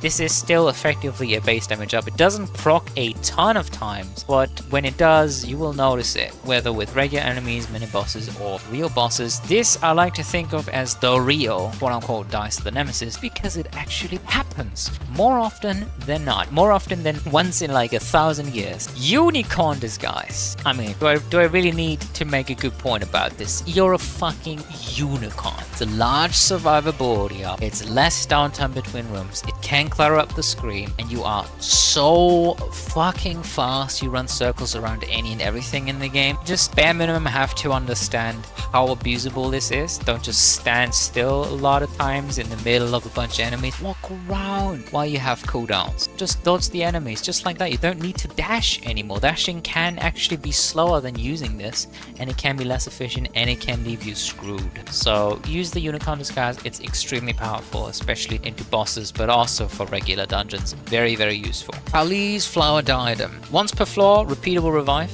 Ali's Flower Diadem is a once per floor repeatable revive, so it's a huge survivability up, it's huge damage up, and it can be dropped, unlike the other revives in the game, or most other revives in the game. It is easily abusable within aggressive builds and loves to be paired with jumps, berserker, self-damage items. It's so strong. It is the strongest revive in the game by a landslide. Once per floor, completely for free, repeatable revive that also happens to charge your signature when you revive. How insane is that? Just wow. Just wow. Kasim's Eric Cloak is a large survivability up. It pairs very well with Sano's Hatband and has a long cooldown. And also, I feel like mentioning this, pairs quite well with things like Covert Ops Mask. This is quite literally my favorite basis to run Covert Ops Mask, because I don't like running full evasion builds. They're just not very reliable. You never have a guarantee of finding all the items in time. I don't feel like looping. So this is a very easy way to proc evasion. Just get hit once and boom, you evade everything. And when I have a Sano's Hatband, the first hit won't even stun me when I time it right, and I might even get the damage off right away, which is so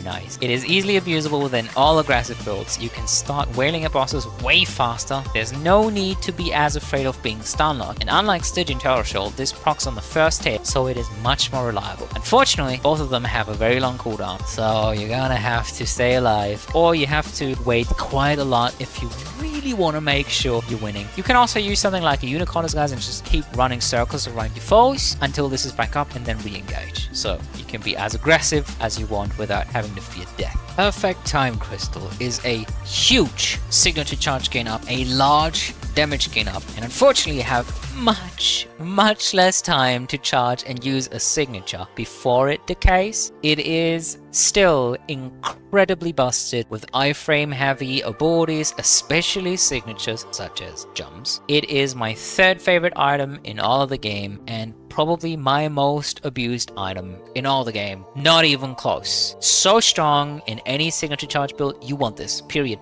This may look bad at first sight, especially looking at just the Volatile Gemstone, or even just the Wanderer's Mechanism. That doesn't look like much, right, compared to, say, Shock Mask. But it's the basis for charging your signature fast and reliably many times all over with a very little cooldown in between. Adorable Mimic. Finally, here we are. This item has been mentioned about approximately 5,000 times over the course of this tier list. Grants you a huge amount of damage up. It frees up item slots. It can turn literally any run into a win, from my experience anyway. And it requires item sacrifices, which you can view as a positive or a negative. It doesn't really matter to me most of the time. It is very flexible. It's a scalable damage up. Anything that isn't a cursed relic, you can drop at any time. You do not have to throw it into the cute little hungry adorable mimic to, you know, let it chew it through and give you a bunch of extra base damage. You don't have to. You can. You may. Even if it's just a single relic. This is a cursed relic, so effects like the Curse Eater's bundle stack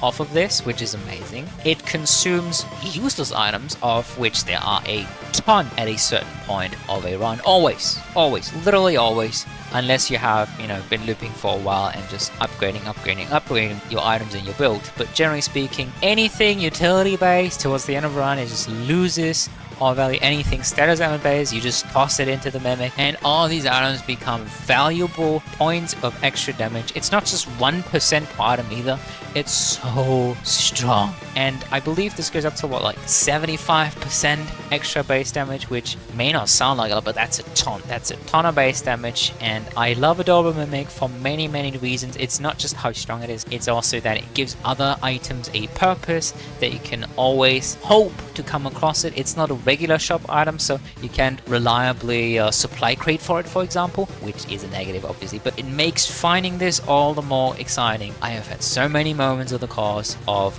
you know, my 900 or so hours playing this game where I find Adorable Mimic in a run that I thought was boring and annoying, and I'm like, oh yeah, sure, I'll do it. Oh, now I'm saved, cool, now I have one item with like 50% extra base damage and I am destroying everything. I have nothing else, no cooldown reduction, nothing, and I am destroying everything, and it feels amazing. I love this item from the depths of my heart. It's amazing. Flashy Boots. It's a decent damage up, a huge survivability up. It's difficult to use, requires movement abilities. Now this is where we're getting into the more controversial item choices, I feel. Personally, I feel like defensive items, mobility based items, anything that buys you more time, anything that makes you not take any damage, most importantly, and does so very reliably, such as the Flashy Boots when you use them right, is incredibly powerful because you can build with everything around that. Literally everything that is in the game. You could do the same for base damage, of course, but mobility is key, and not dying is more important than killing everything first, isn't it? There's two ways of not dying. There's being super beefy, and there's straight up just dodging everything flying your way, and Flashy Boots is something that does both at the same time. Sure, something like a Perfect Time Crystal does that too, to a certain extent, but it needs a little bit of preparation time. Flashy Boots can do that right from the very get-go. You can also spec into more dash-heavy builds, which is quite interesting. You can run more boots and whatnot, or you just run literally any build, you learn how to use the Flashy Boots, and now you will not take any more damage. And you can pretty much avoid everything, and you're way too fast for 99% of enemy attacks in the game. Probably only excluding a handful phase 3 Sura attacks. Amazing item, absolutely amazing. I don't personally love it. I just feel like this is, like, when you master using this, it's so powerful. The only reason it's not an S tier is that it's difficult to use. It is not easy to master. It is not like an Adorable Mimic or Perfect Time Crystal where I just turn off my brain, use it, and I'm good to go. No, I can easily get myself constricted in a bunch of attacks that I never meant to walk into and whatnot. Last One's Gauntlet. This is a huge survivability up. It is difficult to use and requires a lot of knowledge about inconsistent timings. It also hurts you greatly when you do botch up your timing. This is basically an on-demand parrying ability, which basically makes you invincible as long as you use it well. Although the Last One's Gauntlet I don't find the easiest to use compared to its brothers and sisters, such as the First One's Gauntlet, the regular version of this item. The huge survivability up. It's a mid-combat healing source instead of bringing damage to the table, stunning enemies and whatnot. It is just as difficult to use and requires a ton of knowledge about inconsistent timings. The healing can be built around, which is amazing because it's a mid-combat healing source, and there's not that many of those. And most importantly, compared to the Last One's Gauntlet, the item doesn't have any downsides to failing the timing beyond, of course, taking the damage that's coming your way. Ancestral Gauntlets is the combination of the first and the Last One's Gauntlet. It's a huge survivability up, it's a large damage up, it's a mid-combat healing source, it is difficult to use and requires a lot of knowledge about inconsistent timings. And finally, we have for the penultimate glove,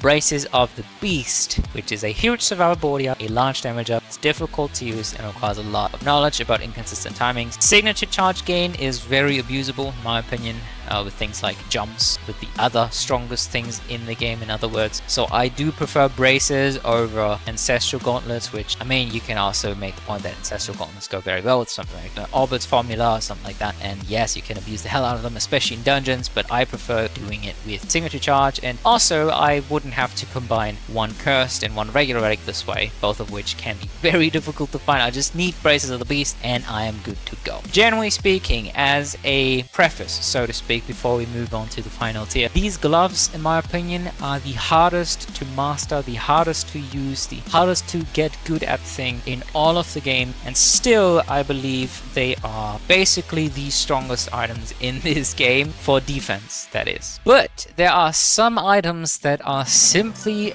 better because of them bringing much more value to the table, them being more accessible, or them being more universally applicable, having much more synergies, and taking way less time to trying to get good at. We will be looking into those now in the final tier of our tier list. Starting things off with Limo Sleeve.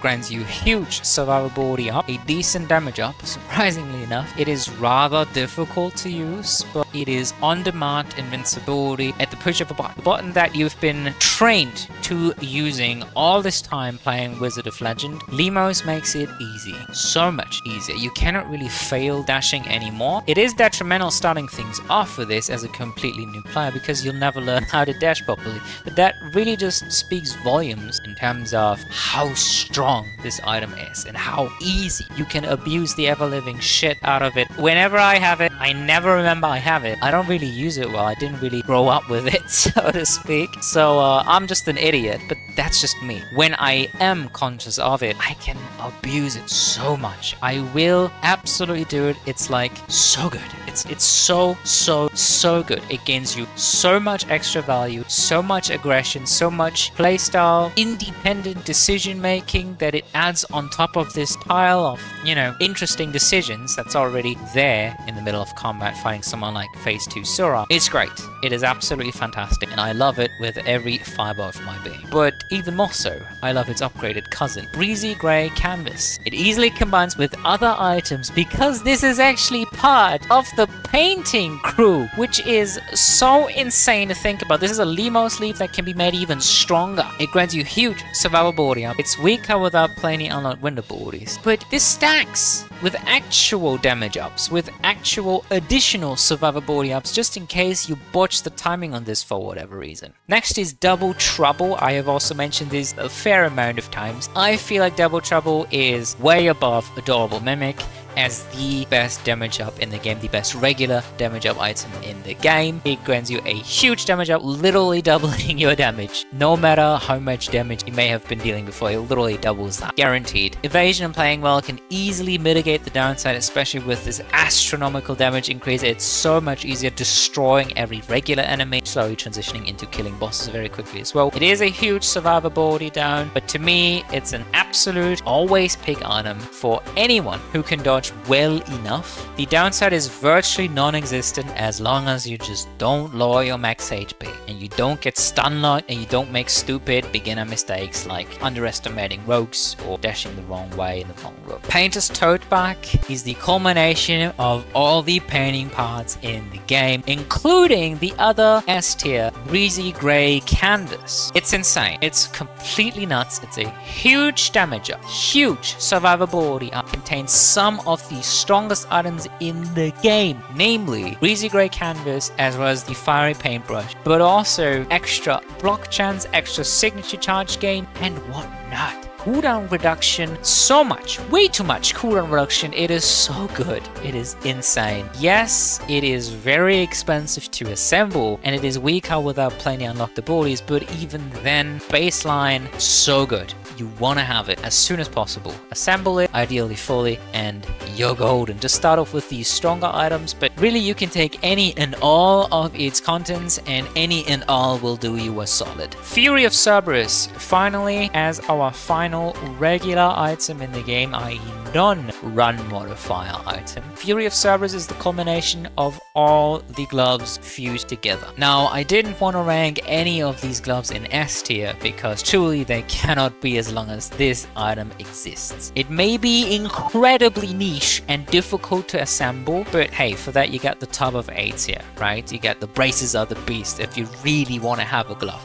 The ultimate defensive tool, in my opinion, is not invincibility on the man on dashing, it's its invincibility on demand on literally just parrying everything in the game and getting a shit ton of stuff for that skill. It's the ultimate defensive tool. It's the ultimate mid-combat healing source in my book. It is very difficult to use and requires a lot of knowledge about very inconsistent timing, but you can practically parry everything in the game, get a ton of signature charge, ton of healing, a ton of damage, take 0 damage, and be as aggressive and annoying as you want, as long as you understand how to use this item well. You train it for a bit. I've tried, it was painful. It was so painful. I think I tried it for a boss rush video, or boss rush build. It was the most painful thing I've ever done in this game, but it was fun, and it was so strong. If you can actually wield this very well, mad props to you. You're great at the game. Like, really, really cool to watch, probably. And finally, we have 2 run modifiers that are quite obvious choices. Chaotic Comedy is the first. All damage kills both you and enemies. It makes all abilities viable, and it pairs well with Alice Glass Kite, as well as revives and the likes. It is like running the Pride Rope with a fat advantage over everybody else. You can always hit bosses first for a guaranteed kill, and although you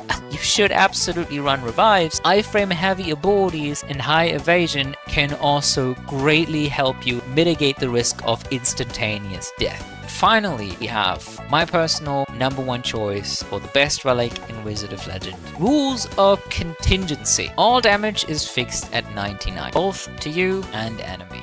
It makes a lot of abilities more viable, basically everything. It is chaotic comedy, but letting you live most of the time, letting you get away with a sliver of health. You still get to destroy pretty much everything, and you can easily build around it using multi-hit abilities, as well as, of course, revives, life gain, and all this other crap. That is it! That's the list. We finally got them all. In summary, my favorite relics in the game are in descending order. #1, with utmost and utter certainty, Spice Rack. #2, being Whimsical Explodium and Special Snowflake. To me, they're practically interchangeable, although I personally much prefer Special Snowflake for the crowd control. I love Freeze. I think it's the most fun status element in all the game. And the visual effects, the sparkles are super fun. I love the explosion. It just looks like a bomb to me. Whimsical Experiment is quite great as well though, so I would totally get if you prefer that over Special Snowflake. And #3, Perfect Time Crystal, or even Volatile Gemstone if you want to bring it to consideration, which I both use and abuse the exact same way every time. Thank you very much for tuning in and listening to me for so long. Let me know about your favorite relics as per usual in the comment section down below, and as per usual, until the next time, I wish you all a good day, a good morning, or a good night, and goodbye.